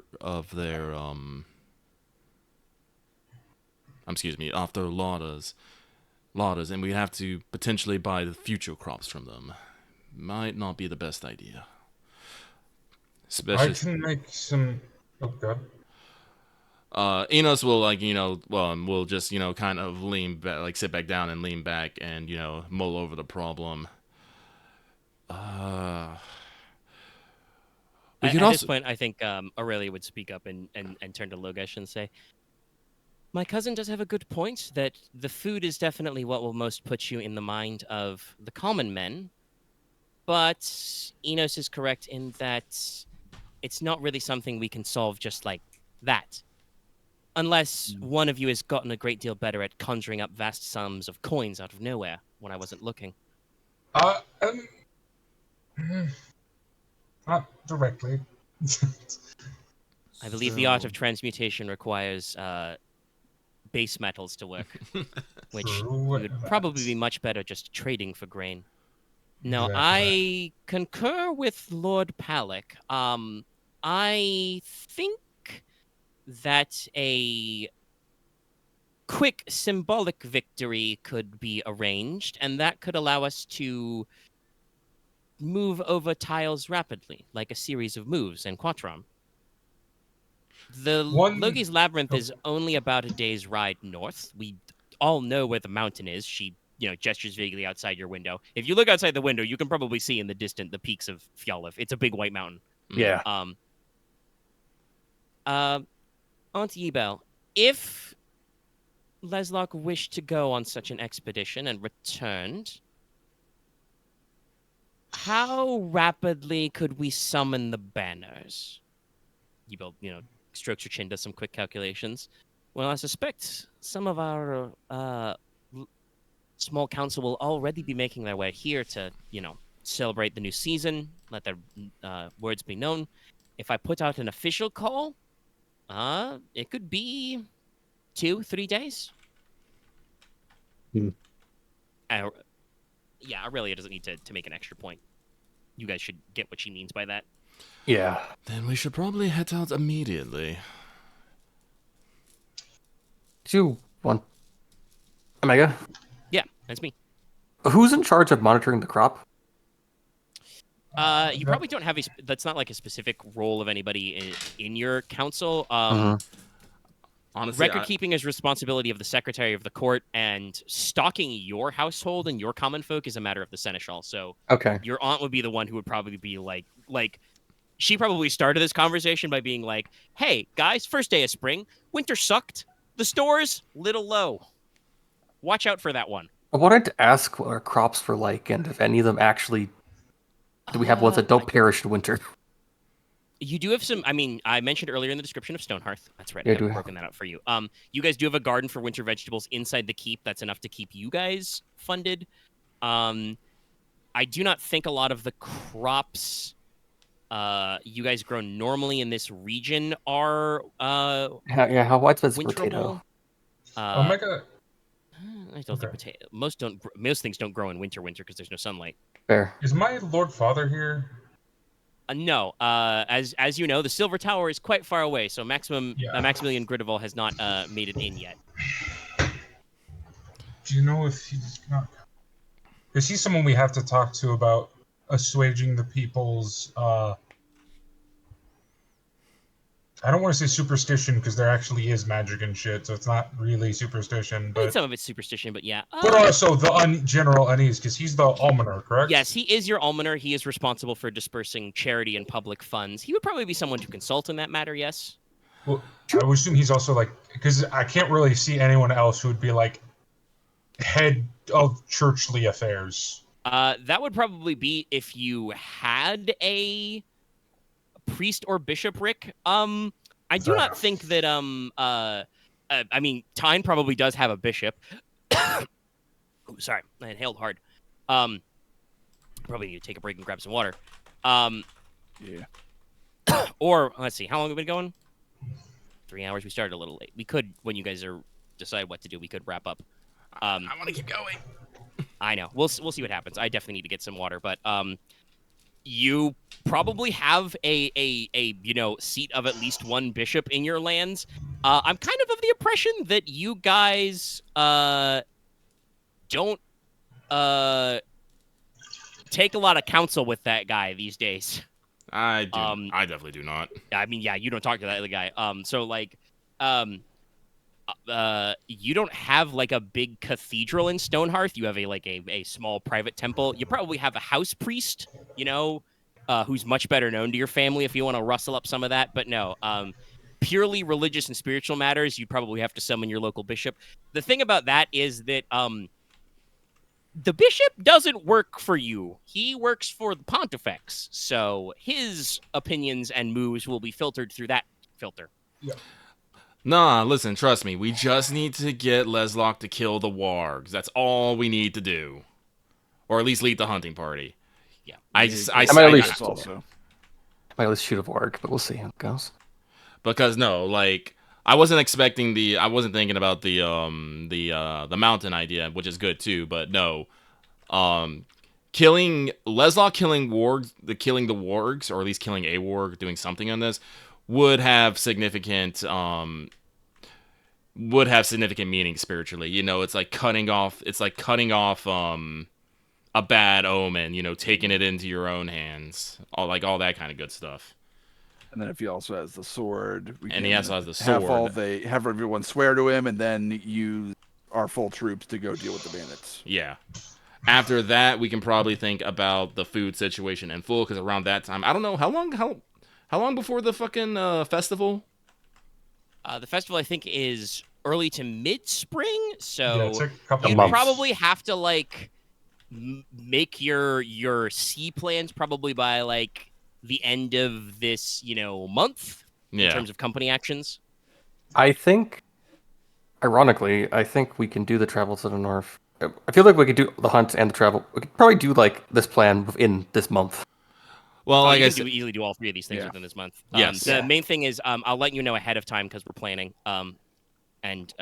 I mean, I wrote my notes in the idea that you would do Logi's Labyrinth first, but you do not, strictly speaking. No, I think we should do. I do think we should do Logi's Labyrinth first. We should It is the closest. Yes. The wargs have been sighted at like the far western edge of your lands, and the bandits are in between your lands, like House Logi's actual lands, and House Amir's lands. Like some of them have been spotted near the Corbwood and stuff, so they're a little farther afield. But to let you know, for purposes of planning and actions, the bandit situation, the Highwaymen, that is a company.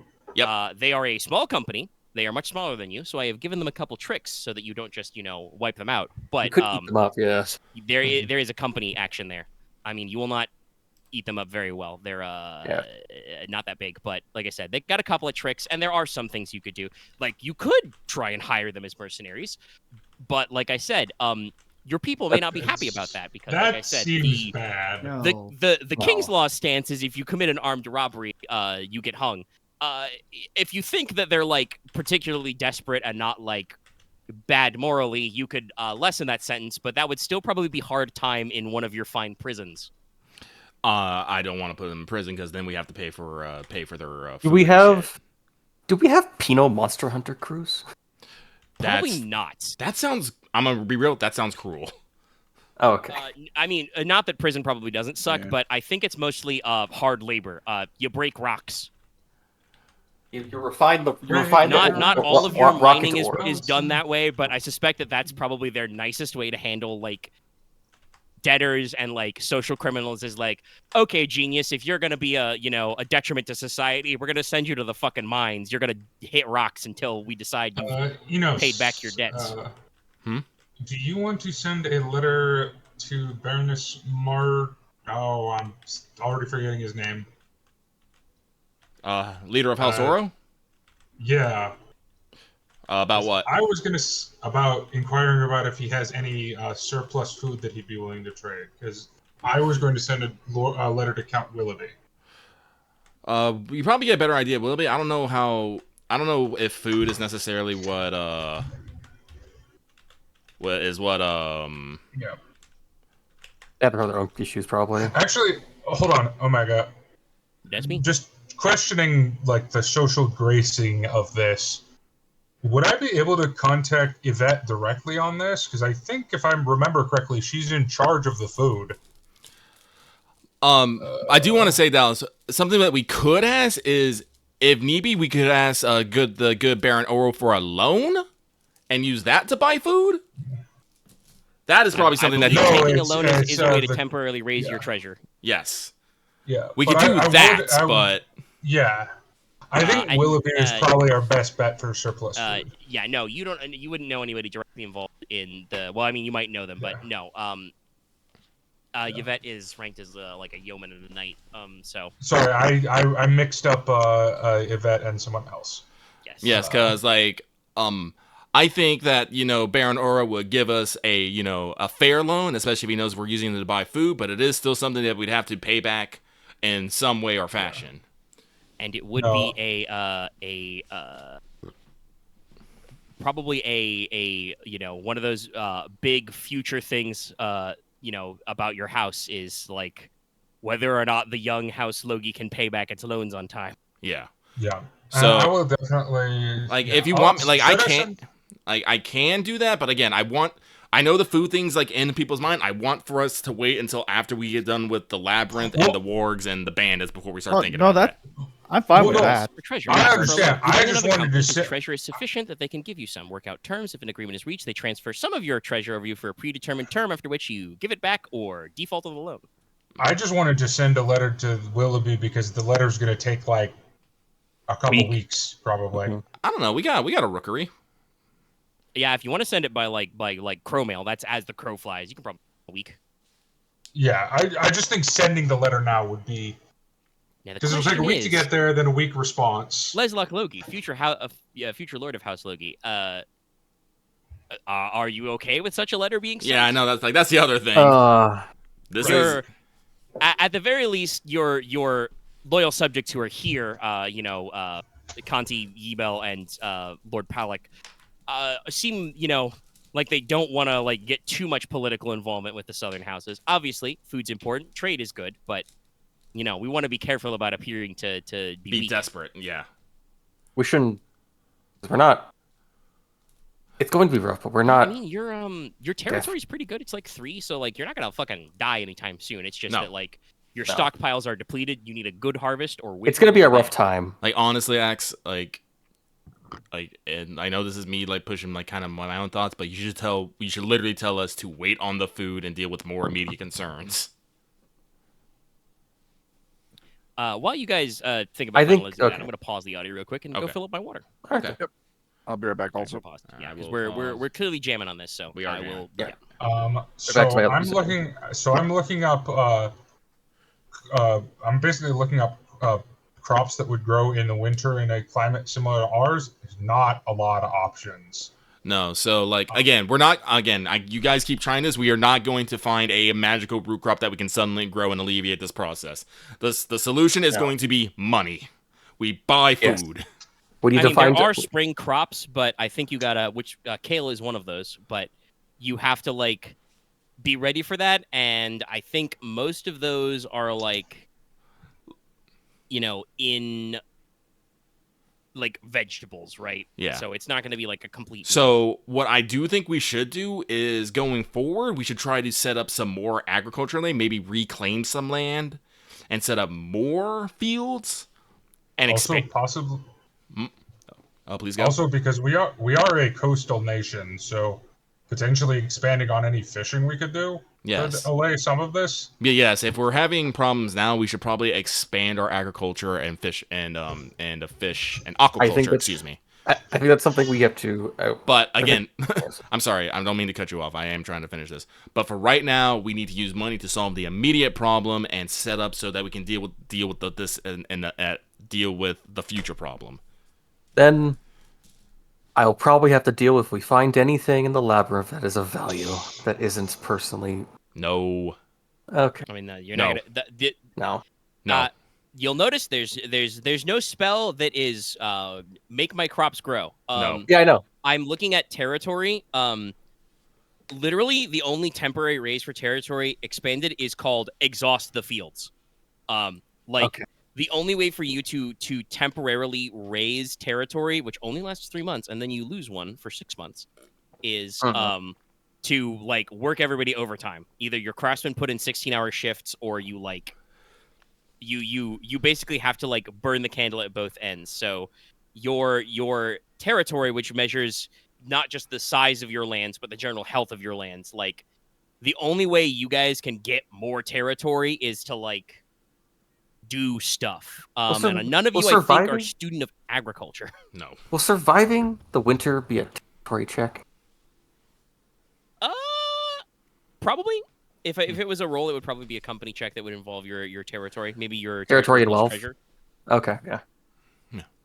But just for like how well you're 5D, stocked okay. up, and there can be assets and other things to keep in mind. yeah. And obviously, like player characters can do stuff to like technically, you guys can even for like the period of a month can, like for example, they have actions and effects. The table goes as high as like giving yourself temporarily +2 at a master die in a company quality. So like, if you guys can really scheme something, you can. The problem is that like you would probably have to like start the agricultural revolution. Yeah. And again. I don't think you're gonna do that because No. I don't think we have the that's- industry base for that. That's gonna be a process. That's not No. now. Again, like I said, we are not going to figure out any magical ways to revolutionize agriculture. Like, I think you guys are already probably doing the smart thing of like crop rotation, diversified crops and stuff like that. Like you're smart enough to know like some facts about the land, but Norland's harsh. It's tough. Yeah. You guys wanted to be up north. We did. I'm still one We're of out the them. I like it. We're at the northest because I think Ake is having a harder time, but that's a different thing. They're They probably have better different suited for it, though. crop rotations. They're much more used to the harsh winters, and they are. You're talking about like expanding your aquaculture. They have a smaller coastline, but are already way more expanded in their aquaculture. Yeah. Fair. So again, we see what we can get. We can see what we can get with money. If need be, we can ask for a loan. Like I said, we're on pretty good terms with Burrow. He would give us a fair rate, I think. And if we need to buy the extra food, I can probably talk to Count Willoughby and get a fair price. I say we pursue these after we do the first week of our plans and then see how it's worked out. This is and then very we commit. correct. Yes. All right. Because I think we could do a journey to the labyrinth and then a hunt within a week. Probably yes. It's like I said, it's a day's ride. If you guys don't want to be riding, it's probably a long march. But you can get there because, funnily enough, I talked about the hair path. Your one of your military roads does go up to the mountain. It's important. I'm thinking, should I even come on the hunt? Yes. Don't you still have a lot of points in healing? Yes. Yeah. You should probably be in the okay, party yeah. just in case. Like Yeah. you don't have to actually do the hunting part, but But in case someone gets hurt, yes, we need you here. Yeah, Make sure someone stays alive. No, You're No, you right. don't need to participate. No, I Just mean, be like there. again, that's the thing. The whole thing about the superstition is that the people got killed by the one of the Logi lords got killed by this war. The point of this is we need the heir to survive the killing of the war, so we can dispel the superstition. No problem. I will keep. but yes. So step one in your plan is you guys are going to go Leslok alive. explore Logi's labyrinth, and while you're gone, you're okay to have Yibel summon the banners. Basically. Yes. Like, Yeah. all right. They might join us for the hunt, actually. On our way to the Any- labyrinth. Yeah. Well, I need to any do some prep you want to do before you leave. It's probably Yeah. like Yeah. just after breakfast in your morning. So like you've got you've got some time to plan. I need to that cast said some that you would want to get ready to right away. I need to do some spell prep before we leave. Calculate how much long it's going to take. Which one do you want to cast? Well, I think I need some fulminating jars. You really need some fulminating jars. Yes. I think Dallas just wants to throw fulminating jars. Yes. I mean, I know. I think that would be for the Like, hunt. I don't think for that's- this. Well, you don't know what's Let's- in there. Guys, do you not remember the stories of what's under the fucking mountain? Like, Hey, actually, good question. Anyone want to roll some lore on the I will. Fjallrav, the Mountain of Life? Yes, actually, I would love See to what you roll. remember about Logi's labyrinth. Okay. I would love to roll Anybody who lore. wants, you can roll me knowledge plus lore. I'm sorry, I actually remember what's the text, and so I'll go on the rumors of magic fucking armor. I did What? it wrong. Oh, you did it wrong. wrong. That's why. Yeah, he just did the D, not the 10. Sorry, I forgot. Okay, there's something in here. 5s, I think, is your best Two set. fives. I think it's 2 5s. Yes, that's a really weird roll. That's almost a straight. Almost. Yeah. Well, I got it. It's a 7. Anybody else gonna try? No. All right, fair enough. So yeah, Logi's Labyrinth is the tomb of Logi. First of all, and this is a thing that I'm sure Enos I knows will for a try fact without saying. needing to roll. Yes. Fjoliv is a mountain that is sacred to both, or important anyway, spiritually to both the Mountainkin and the Iron Demons. And you know about this because it's part of like the legend of how Logi Torchbearer obtained Soulcraft. He went into the caverns under the mountain for 9 days and 9 nights, and when he came out, he was a Soulcrafter.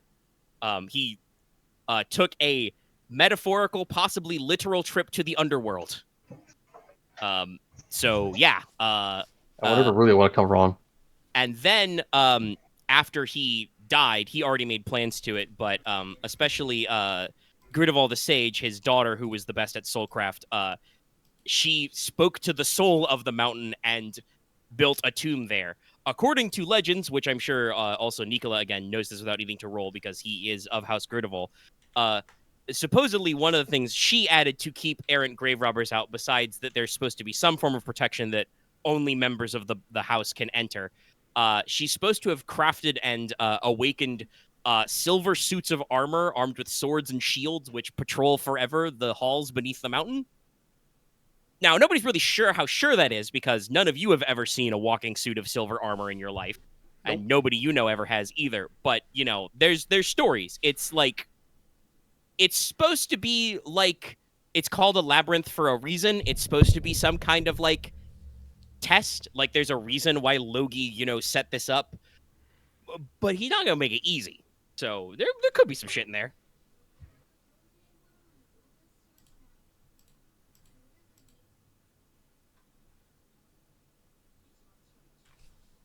How fortunate to actually have There we go. animated farmers as guards in the house. I'm just imagine Aurelius quietly going, "Man, sounds cool." I was curious if you wanted to come along. Of course I want to come along. I was one of the ones who said you should go. No, all my family's self-interested, but that's probably for the best. Enos has a thoughtful look on his face. It's like, cuz you are family to me, but I don't know if necessarily under the mountain would count.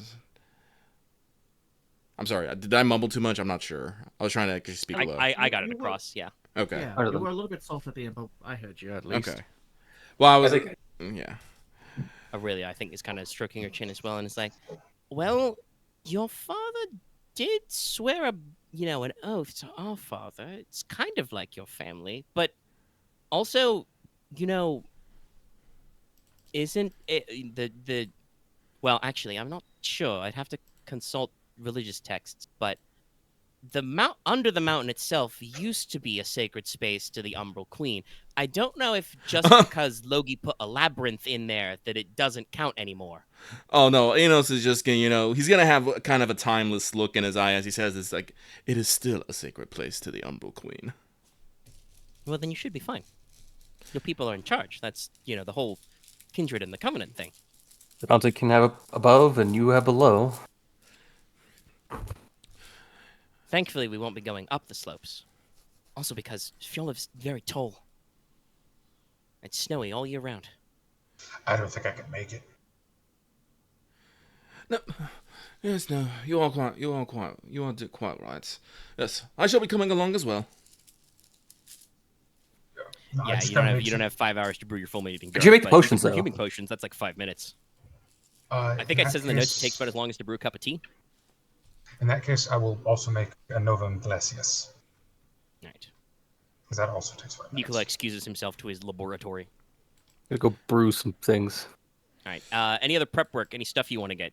You guys have money and full access to the armory list. So if you want All to right. pick your choice of pants and stuff, now's the time. All right then. Ah, Let's go check the list, I guess. Well, If you are, Leslok offered, if you're willing to let Aurelia go with you, she will. She can do that. She carries a pair of daggers. She has cavalry boots and a gambeson. Inos owns a pistol, but probably doesn't carry a rifle on him constantly. And I don't know how good an Iron Fan is, but let's pull up the armory. Let's see about defensive options. I've kept both my. I need to double check the range weapons because I've kept both these on me. Well, just in case those silver armors aren't completely friendly, let me go to the armory. Yeah, I will go as well. How many shots would I say is in each of these pepper boxes? I think I said that at least Leofrix was a 6. And I think if mine yours was is personal, it would either be 6 or 8, depending. Mine was 8. Let Yeah. Leslok, try not to shoot that underground. It's gonna really hurt our ears if you do. I understand. Especially mine. There's a reason why we don't put the smithies in the tunnels. 3 3s, 2 8s. That's good for multiple actions because you're doing multiple at the same time, probably. Well, he has to declare ahead of time. Okay. But that's for Novum glasses. No, that was for the healing potion. Oh, okay. Yeah. So you do glasses first, then healing potion. Got it. Can you make more than one? I'm sorry, Maggie. Can you Not post... unless he declared ahead of time. Gotcha. Omega, can you post the armory list, please? Like, I can't find. Do you not have it? Yes. I see several people in this doc. I will relink it. I just found it, yeah. It also comes with a handy dandy currency chart at the top now. Yep, which is new. I like that. Yes, It means I have basically around, I guess, demon pounds. Okay, good to know that. I did actually, I think, add a paragraph to explain the way the Iron Demons do currency, as I've discussed with Lucky, is they don't really think of money as like an economic unit. It's more a practicality unit. So the word for money in their language translates roughly to the equivalent of the crownish measurement of 1 pound. So that's how they do their value, is well, it's a pound of gold, so it's this much gold. Duh. So, Omega, to clarify, would that roll be with 3? With your 3 3s? Yeah, that's with 3. Yep. Because I gotta mark it down. Yes, it's important, yeah. With this 3. Yeah. If you're I using think, it, so. let's see here. But you Weapon probably use killing, the waste. +1 in killing. Would I have a longsword? Would I have a saber, or would I have a rapier? Okay. Yeah. Sorry. I'm running too many things on my computer right now, so I think my computer enough. just fucking I will make 2 Novum Glacius. What's the difficulty on that? What is... Let me get sorcery open. Difficulty, intensity 1. Yeah, so any match makes it. But if I'm making 2, does that increase it? You remove That'd be 1 multiple die action. from the pool. Okay. For every multiple action you want to make. If you want to make just 2, just remove 1 die, and then you're looking for at least 2 matches.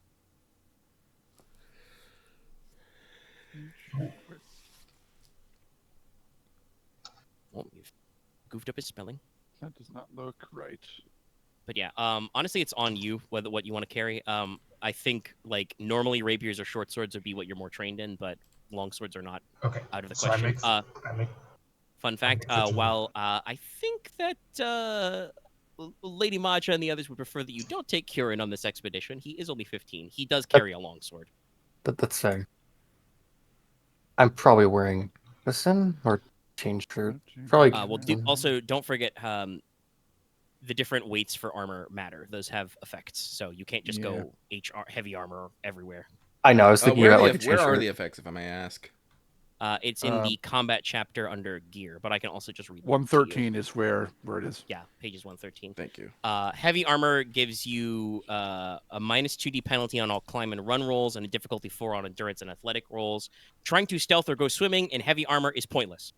So I think a medium armor because light armor has no effects, and medium armor is difficulty 3 on all stealth, climb, run, endurance, and athletics rolls. And you lose 2d if you're trying to swim in it. Then I'm probably gonna wear a gambeson because I don't. That or a brigandine. 6. Actually, brigadine's only at top of cover, so Yeah, they specify where their location. So you've got hats, gloves. yes. A gambeson is a type of shirt, so it covers you, Yeah. basically arms and torso. Everything. So I guess then cavalry boots kind of like look kind of knitted. Yeah. So I guess cavalry boots, gloves, and a gambeson, probably okay. And you don't actually need gloves because the gambeson is Fair. down to 3, so it covers your arms as well. I'm hoping to not be in the front if anything happens. So Yeah, no, I'm gonna go with Gambison and cavalry boots as well. And do we have an Arbicus or a carbine.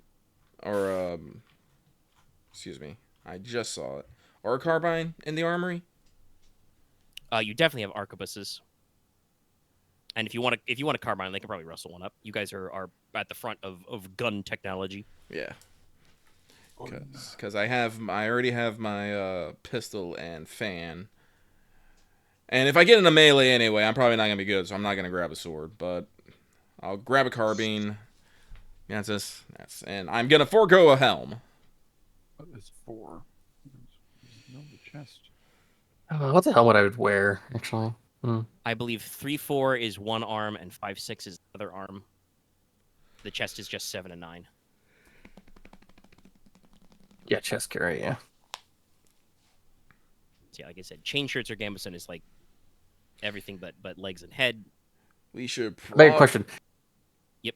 Are there rules for like shooting in like enclosed spaces? I mean, not officially, but I'm absolutely gonna assign you. I don't think there's like firing into melee rules. I will absolutely assign you penalty dice if you fire underground though to hearing for a while. Fair. I forget. Is there a spell that makes things quiet?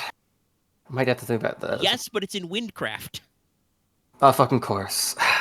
And Muffle it's not is an like anima. it's not like we can make. I also think it requires attunement. If I remember, actually the muffle spell is actually pretty tough. I think it's like intensity 4. No, it's. I assume it's meant. Yeah. I am also gonna bring earplugs. Oh yeah, I should probably bring hearing Yeah, protection. you can bring some beeswax earplugs. You guys, fire guns. You probably understand hearing, not like fully, but understand like, hey, gun loud. Cover. Well, Inos understands gun loud underground, Yes. so he'll not start with them. But if we get into combat, I am going to spend my first round putting fucking my earplugs in. Yeah, that's Oh yeah, fair. no. Still the Waves is a intensity 5 spell. I'm thinking about it now, but I'm wondering if Iron Demons actually have advancements in earplug technology. Oh no, actually, earplugs I are like think ears are sensitive. If you can get access to like beeswax, probably. Don't we have apiaries up here in Norland? Yeah. Yeah. House Gladwin makes honey wine, so yeah, you understand the bees. The bees. Let me just screen cap this and share it over for what I've just gone and grabbed from the armory list. Sure. And double check Nico's I've going got it heavy. all correctly. Okay. All right, fair enough. But yes, no, Inos is prepared. Yeah. He has gun and he has a little bit of armor. I'm telling you right now, I am not standing in front of anything. I'm gonna be in the If middle. I'm reading this correctly, my 4 is unprotected. 4 and 6, which is effectively your upper arms. Yep. That's what shields are for. Well, no, that's what like long sleeved armor's for. Yeah, basically, I believe that Logesh You're is as armored as you can be without actually getting the heavy armor penalty. You're wearing Skyrim armor pretty much. I assume that's what both of you guys are both doing, and so. But he yeah. does have a. He I'm full definitely armor. not that armored. Okay, fair. Yeah. No, And Inos full armor values rating. his mobility more than anything. I trust myself not to be able to run well in heavy armor. I mean, honestly, Uh, I think most of you cav boots and gambeson. Like I said, that's what Aurelia's rocking. Like that's about as armored as you can get in a Nicol- pinch for light. Nicola is going is going medium armor. Yeah, I saw With that. a chain shirt. Because I don't have good mobility anyway. So the fuck do I Tanky, care? turtle up. Listen, the Might as tanky well be healer, with the people. tanky healer is the smart move. And how many? I mean, you're borrowing from the like all of it should be covered by your treasury because all of these are like less than wealth 3, so you all have at least enough treasure to compensate. 'cause Weird. you're, like, Actually, treasure question. two, but what's up? Could we get a shield affixed to like Nicola's prosthetic? That's a question Probably for would another require a time. roll, but yeah, Fair. but yeah, he can worry about that later. All right. I'm gonna go mark this down for myself. So Yeah, I don't go ahead, add this stuff to your inventory. I will not all of because this I is will like- totally be returning this when we get done. Yes. I mean, you might keep the armor because it's just a jacket. Omega, would it be Yes. possible to say that the chain shirt is Nicola's own? 'Cause he How much would wealth have. do you have? What's your wealth rating? Wealth 4. Yes, I believe a chain shirt is only wealth 2, so you're well above it. So yeah, you can just own a chain shirt. Oh, hold on. Change. But like I said, your company has a treasure of 2, I believe. So each point of treasure is worth 3 points of wealth equivalent. So like all of this stuff could easily be inside your armory. It's just that as Inos pointed out, technically that means it's owned by the house, so you should probably give it back.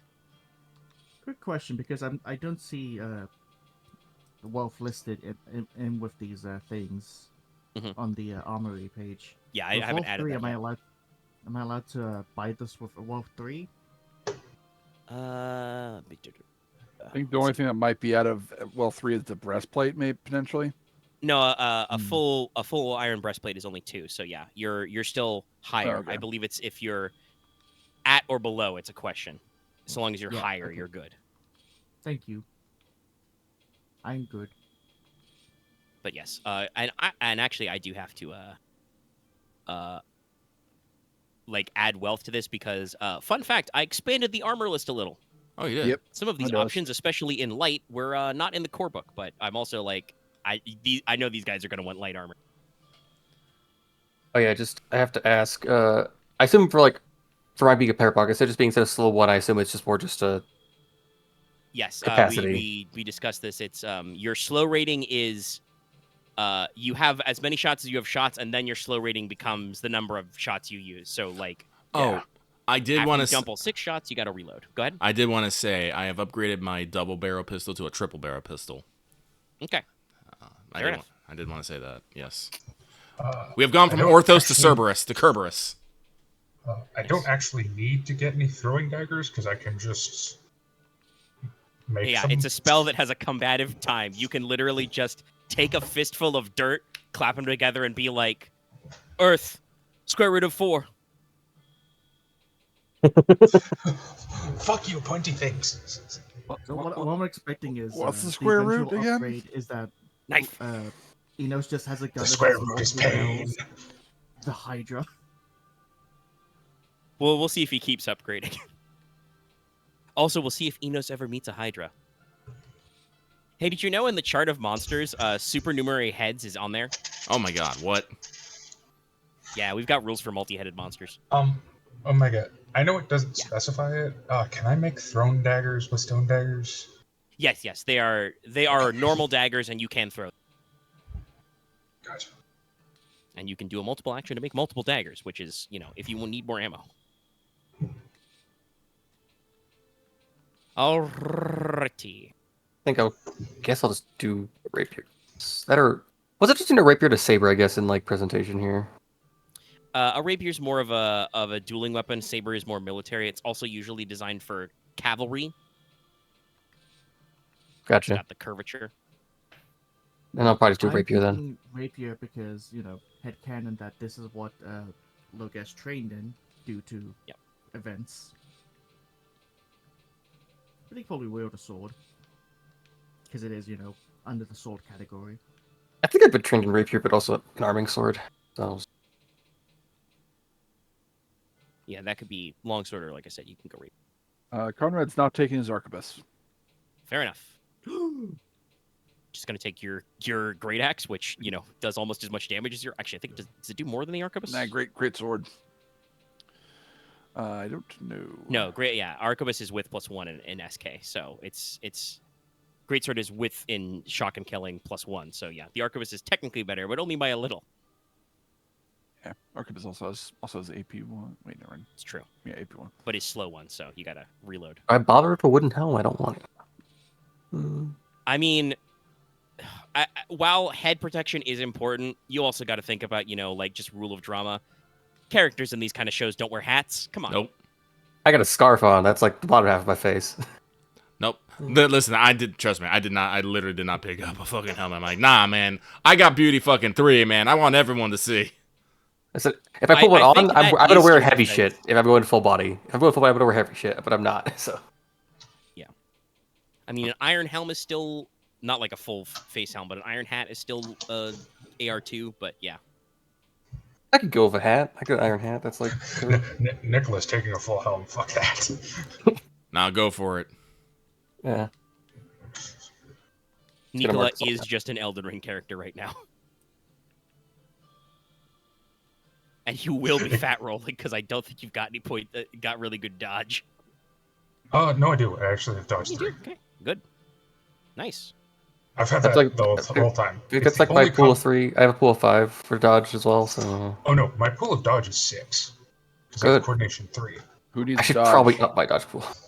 Parry everything. I mean, Honestly, yes, I hope you parry the nuke. My parry pool is 1. My parry pool is The other secondly. martial pass I'm going to take is the Tetsuda School, so... Parry the world. Keep going, I'm gonna write this down.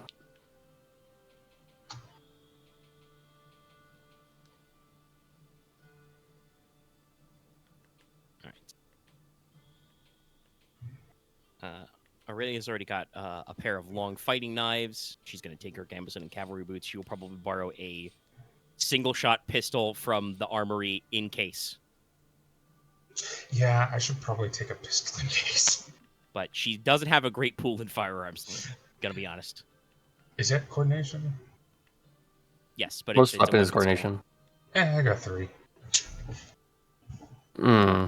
And Konrad's wearing gambeson, breastplate, cavalry boots. You should wear a breastplate over a gambeson, huh? Steel gauntlets. If you're curious, because it may come up because she's an NPC you're taking along with you, this is what Aurelia's skills are like.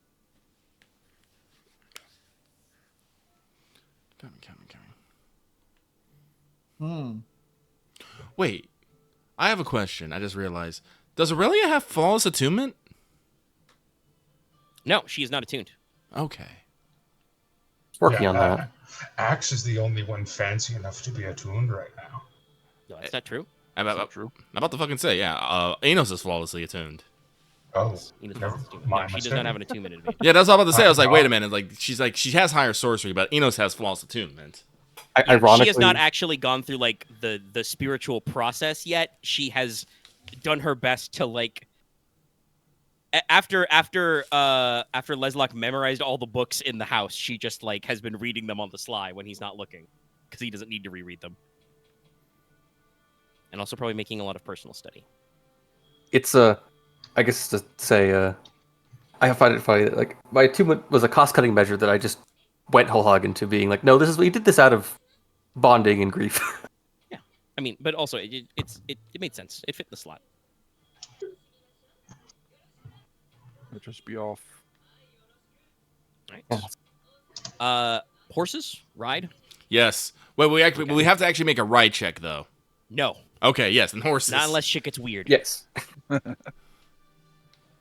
right, fair enough. Ignis and Blot are with Konrad. All right, good. I would like somebody to make me a sense plus direction roll, though, to see what's if you everyone's- can correctly follow the trail. What is everyone's direction pools? Don't look at me. Direction pools. Let's have a look. See. I have 6 in it. I have a pool of 6. I want to point this out that when Axe feels like he has probably a really good pool, he is very quick to be like, "Yes, what is everyone's pool?" I got 6 plus Blot to help. Does everyone want to collaborate on this, or is that how that works? No, I would like one of you to roll. Okay.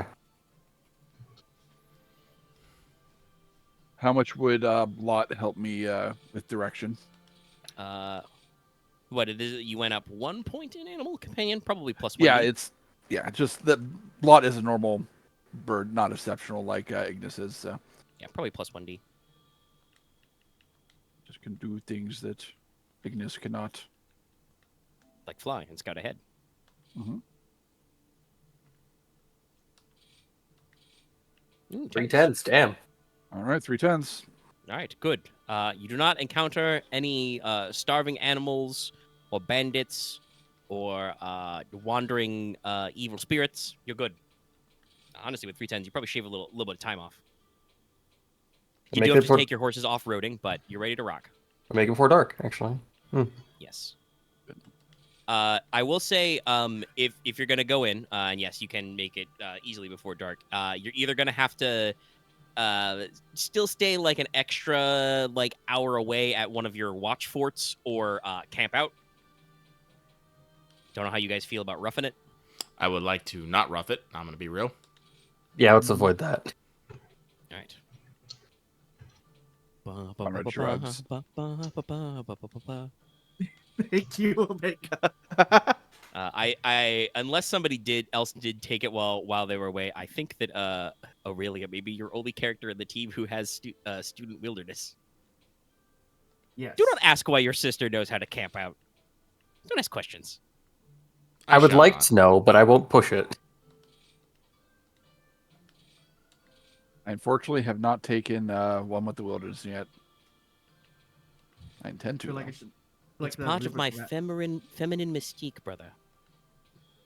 Of course. My knives are just knives. Shing! Sparkle, sparkle. I guess you don't know the question of there is no. Nice try, brother. Nice. No, he's I- talking I about pat- a martial path. No, I thought about pat taking Leslok Aurelia on the immediately back. on Steel's Kiss, but no, that doesn't make any sense. She hasn't left Teine. That's a southern style, so she's got We might have a 2 ranks- manuscript about it, but it's not 2 much ranks help. in Serpent's Fangs. Which, by the way, does mean she knows, like, she actually knows how to fight with a knife in each hand and does know the trick for, like, double blocking. Honestly, Good I probably have sparred with her before. Well, Obviously, you can only see, using one knife. and you can obviously see your stats. She's pretty good at knives. Oh yeah, she's way better than me. To let the people at home know, especially if you're listening only to the audio version, Aurelia's got a pretty decent spread of stats, but I may have picked at least one block of occupational skills from the chart, which was just burglar. Yep. Hmm. Like I said, fair. she's a rogue. I'm not going to say that she's become like I said, Regency era Batman yet, but she's developing the skill set. Not As long as she doesn't become La Mupon, it's fine. She's oh my gotta God. find out who killed her dad. Let's be clear. She did When black. you say that, I Bats. think of Matoi, but yeah. Nice. Yeah. But you travel. You're gonna basically camp overnight at the watch fort, and then head over to the mountain. You know, the extra hour, probably first thing in the morning. The watch fort is, pleasantly surprised to see you. There's a small handful of Logi soldiers there who are, probably cleaning things out, making things ready now that it's spring. And they're pleasantly surprised to be joined for you to be going out. They're not like surprised that you're going to check out the labyrinth, but they're definitely kind of like, you gotta be careful. But we'll skip to the next time, and you Of course, you roll Frederick. up to Of course. the labyrinth. I feel like Leslok would just know the guy's name.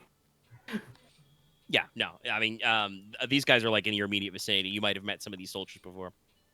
But you are under the white peak of Fjoliv. You go right up into the foothills. There's a area that's surprisingly like flat and low to the ground with a little bit of a naturally formed path. There's a section of the mountain wall that is unnaturally smooth, and just bracketed above this wall is carved into the stone the text in all in an ancient Norlish dialect. Labyrinth of Logi. And below it, there is a faint indent shaped somewhat like a keyhole.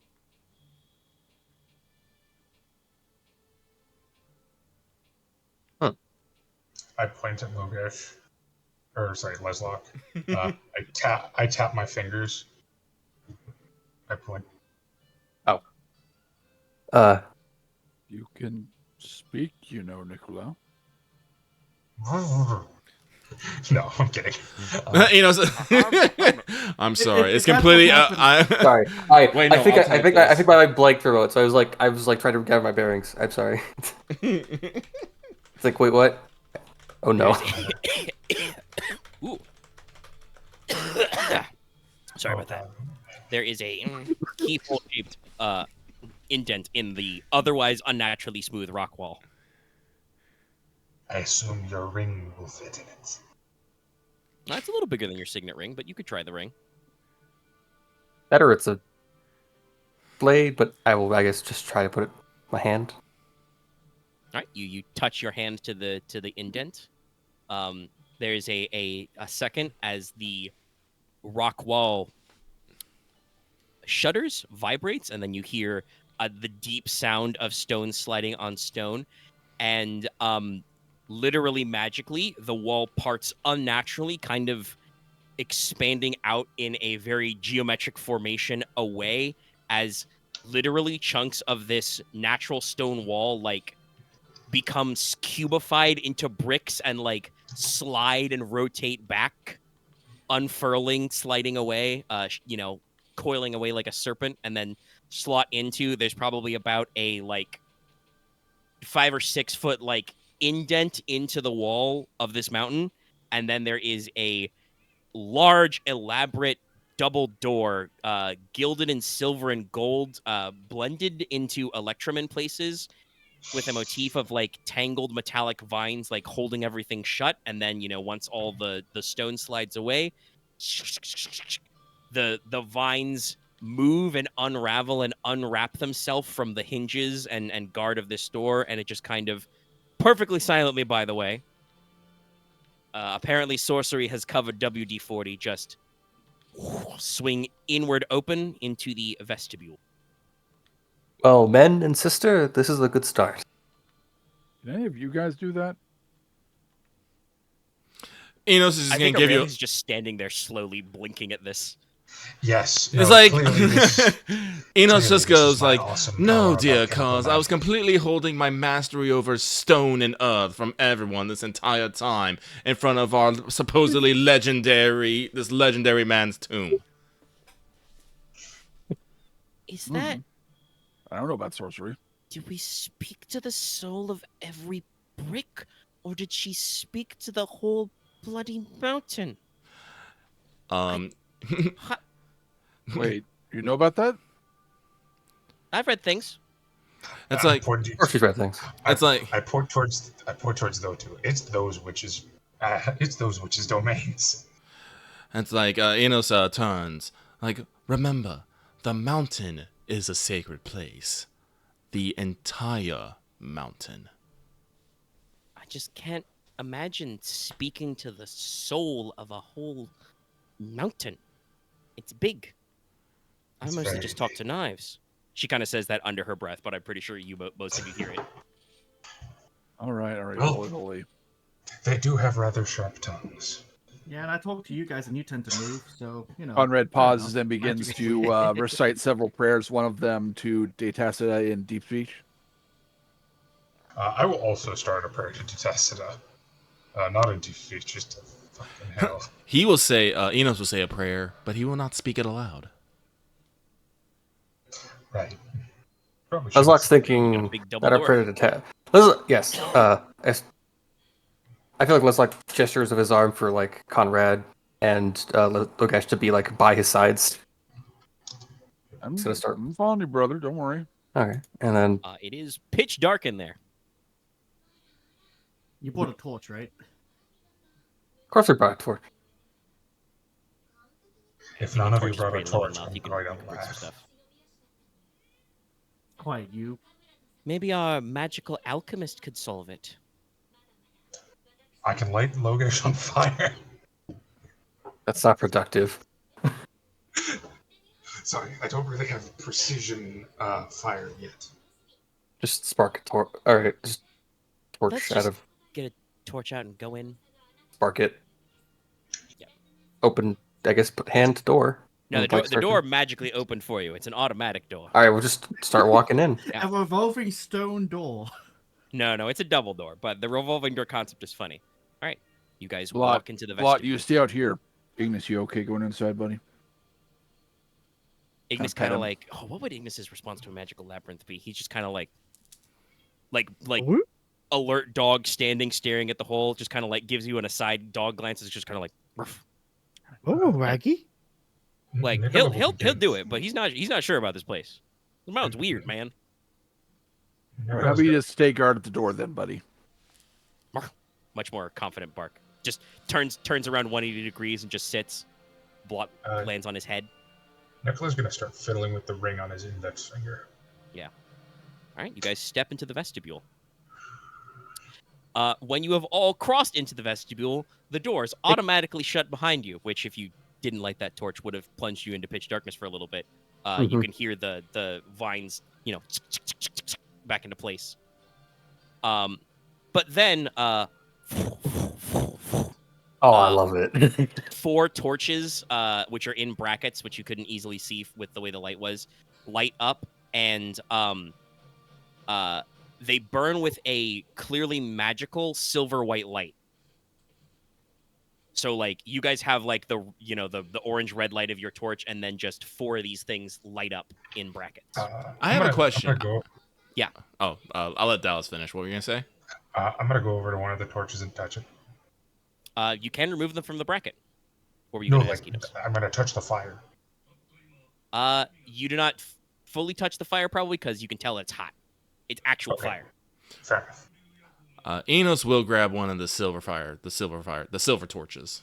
Yeah, as well. Oh yes, I should probably. I don't need both hands filled, so I can have one hand. Enos, roll sorcery for me real quick. Because I know you're bad at Eerie.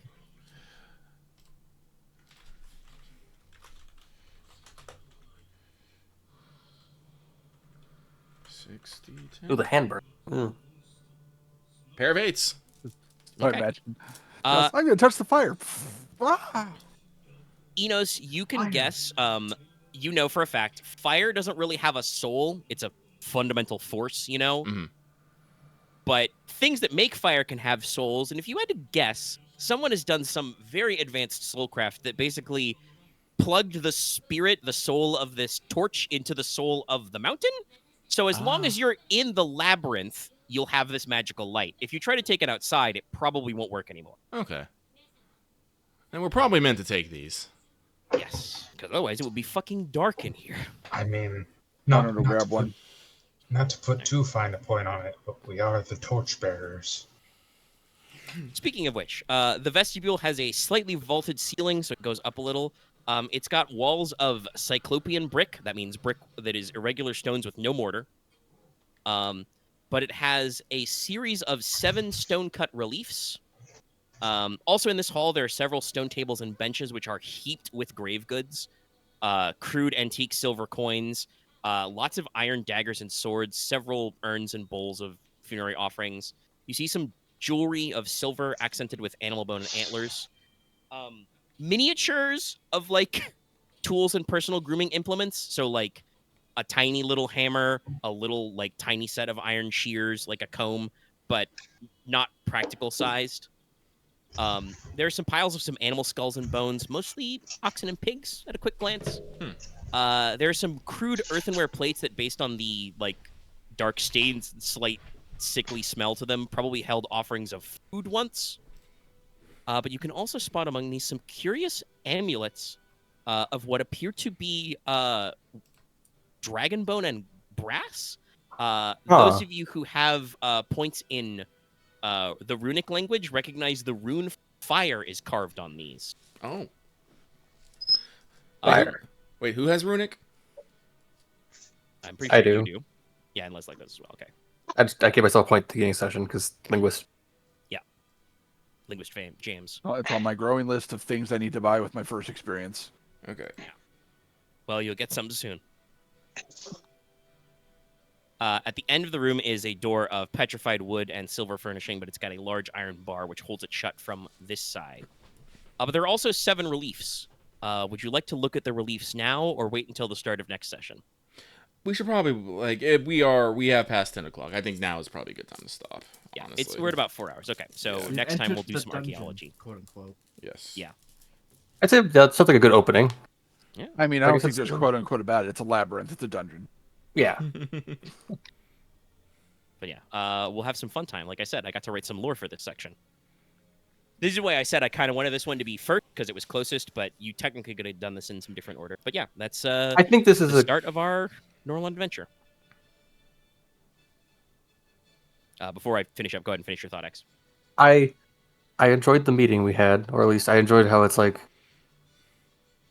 we all have to consider it, and it's like I think your Uh, your like counseling type stuff went pretty well. Yeah. Hopefully they have a fun time with their time skip. I need to talk to the king one day because I still never did that. All right, Well, but future you'll aspirations. have to- Future aspirations later. Let us wrap Oh up yes, this yeah, recording. of course. Let us run through EXP real quick. Oh, boy. Yay. So hey, everybody showed up. You get 1 XP. Woo. Mm-hmm. I also want to say for everybody, you also I think played your characters all very engagingly in all of your very in-depth time skip stuff. So I will give you another XP for that. Yay. Yay. What to spend? Oh, I should probably keep an XP So log. and then yeah, we didn't do any like super big plot stuff. Anybody actually hit their problems? Nope. Nope. I don't- have I don't have problems. Yeah. Should I have a problem? I don't think my mother was enough of an issue to be a problem. Not We just- actively I didn't discussed think it. Dad's pulling the thing with the arm. I don't remember if any of my 3 things come up that it gives an XP unless the mission gets solved. I think. Yeah, you have to complete your mission to actually clock out that. Which, This is a weird moment where Yeah. Logesh is kind of fighting his craving of proving himself better than his cousins because he's like, no, Leslok. He's head of the house. Well, technically, you can prove better in other means.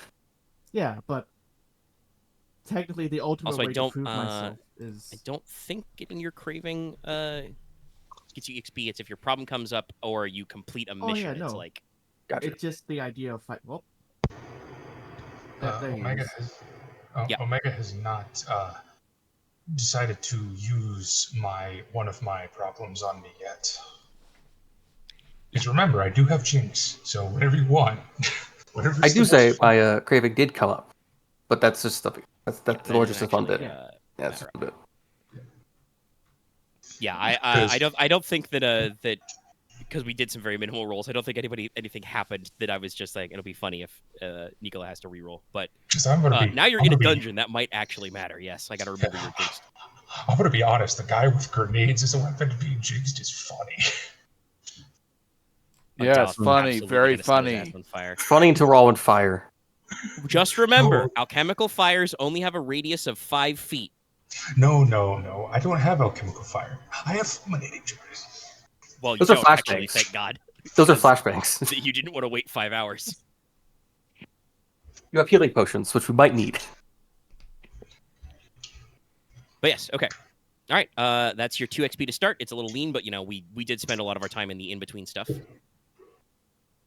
Will you ever give more XP than like on the normal curve if like things just? I mean, it's about your problems, and like it says, there should be one if anything super, which we didn't. We're still in setup. We're still early in Act 1. Trust me, there will be moments where I'm going to be like, we're at a Taking, like- big plot milestone, taking EXP, but this is why you guys should feel confident bringing up your problems, if you've got them, and clocking out your missions. I think that's where we're gonna wrap up the recording, though. So don't forget to like, comment, and subscribe. We'll see you guys next Tim. Next I'll time. wake up early, hopefully.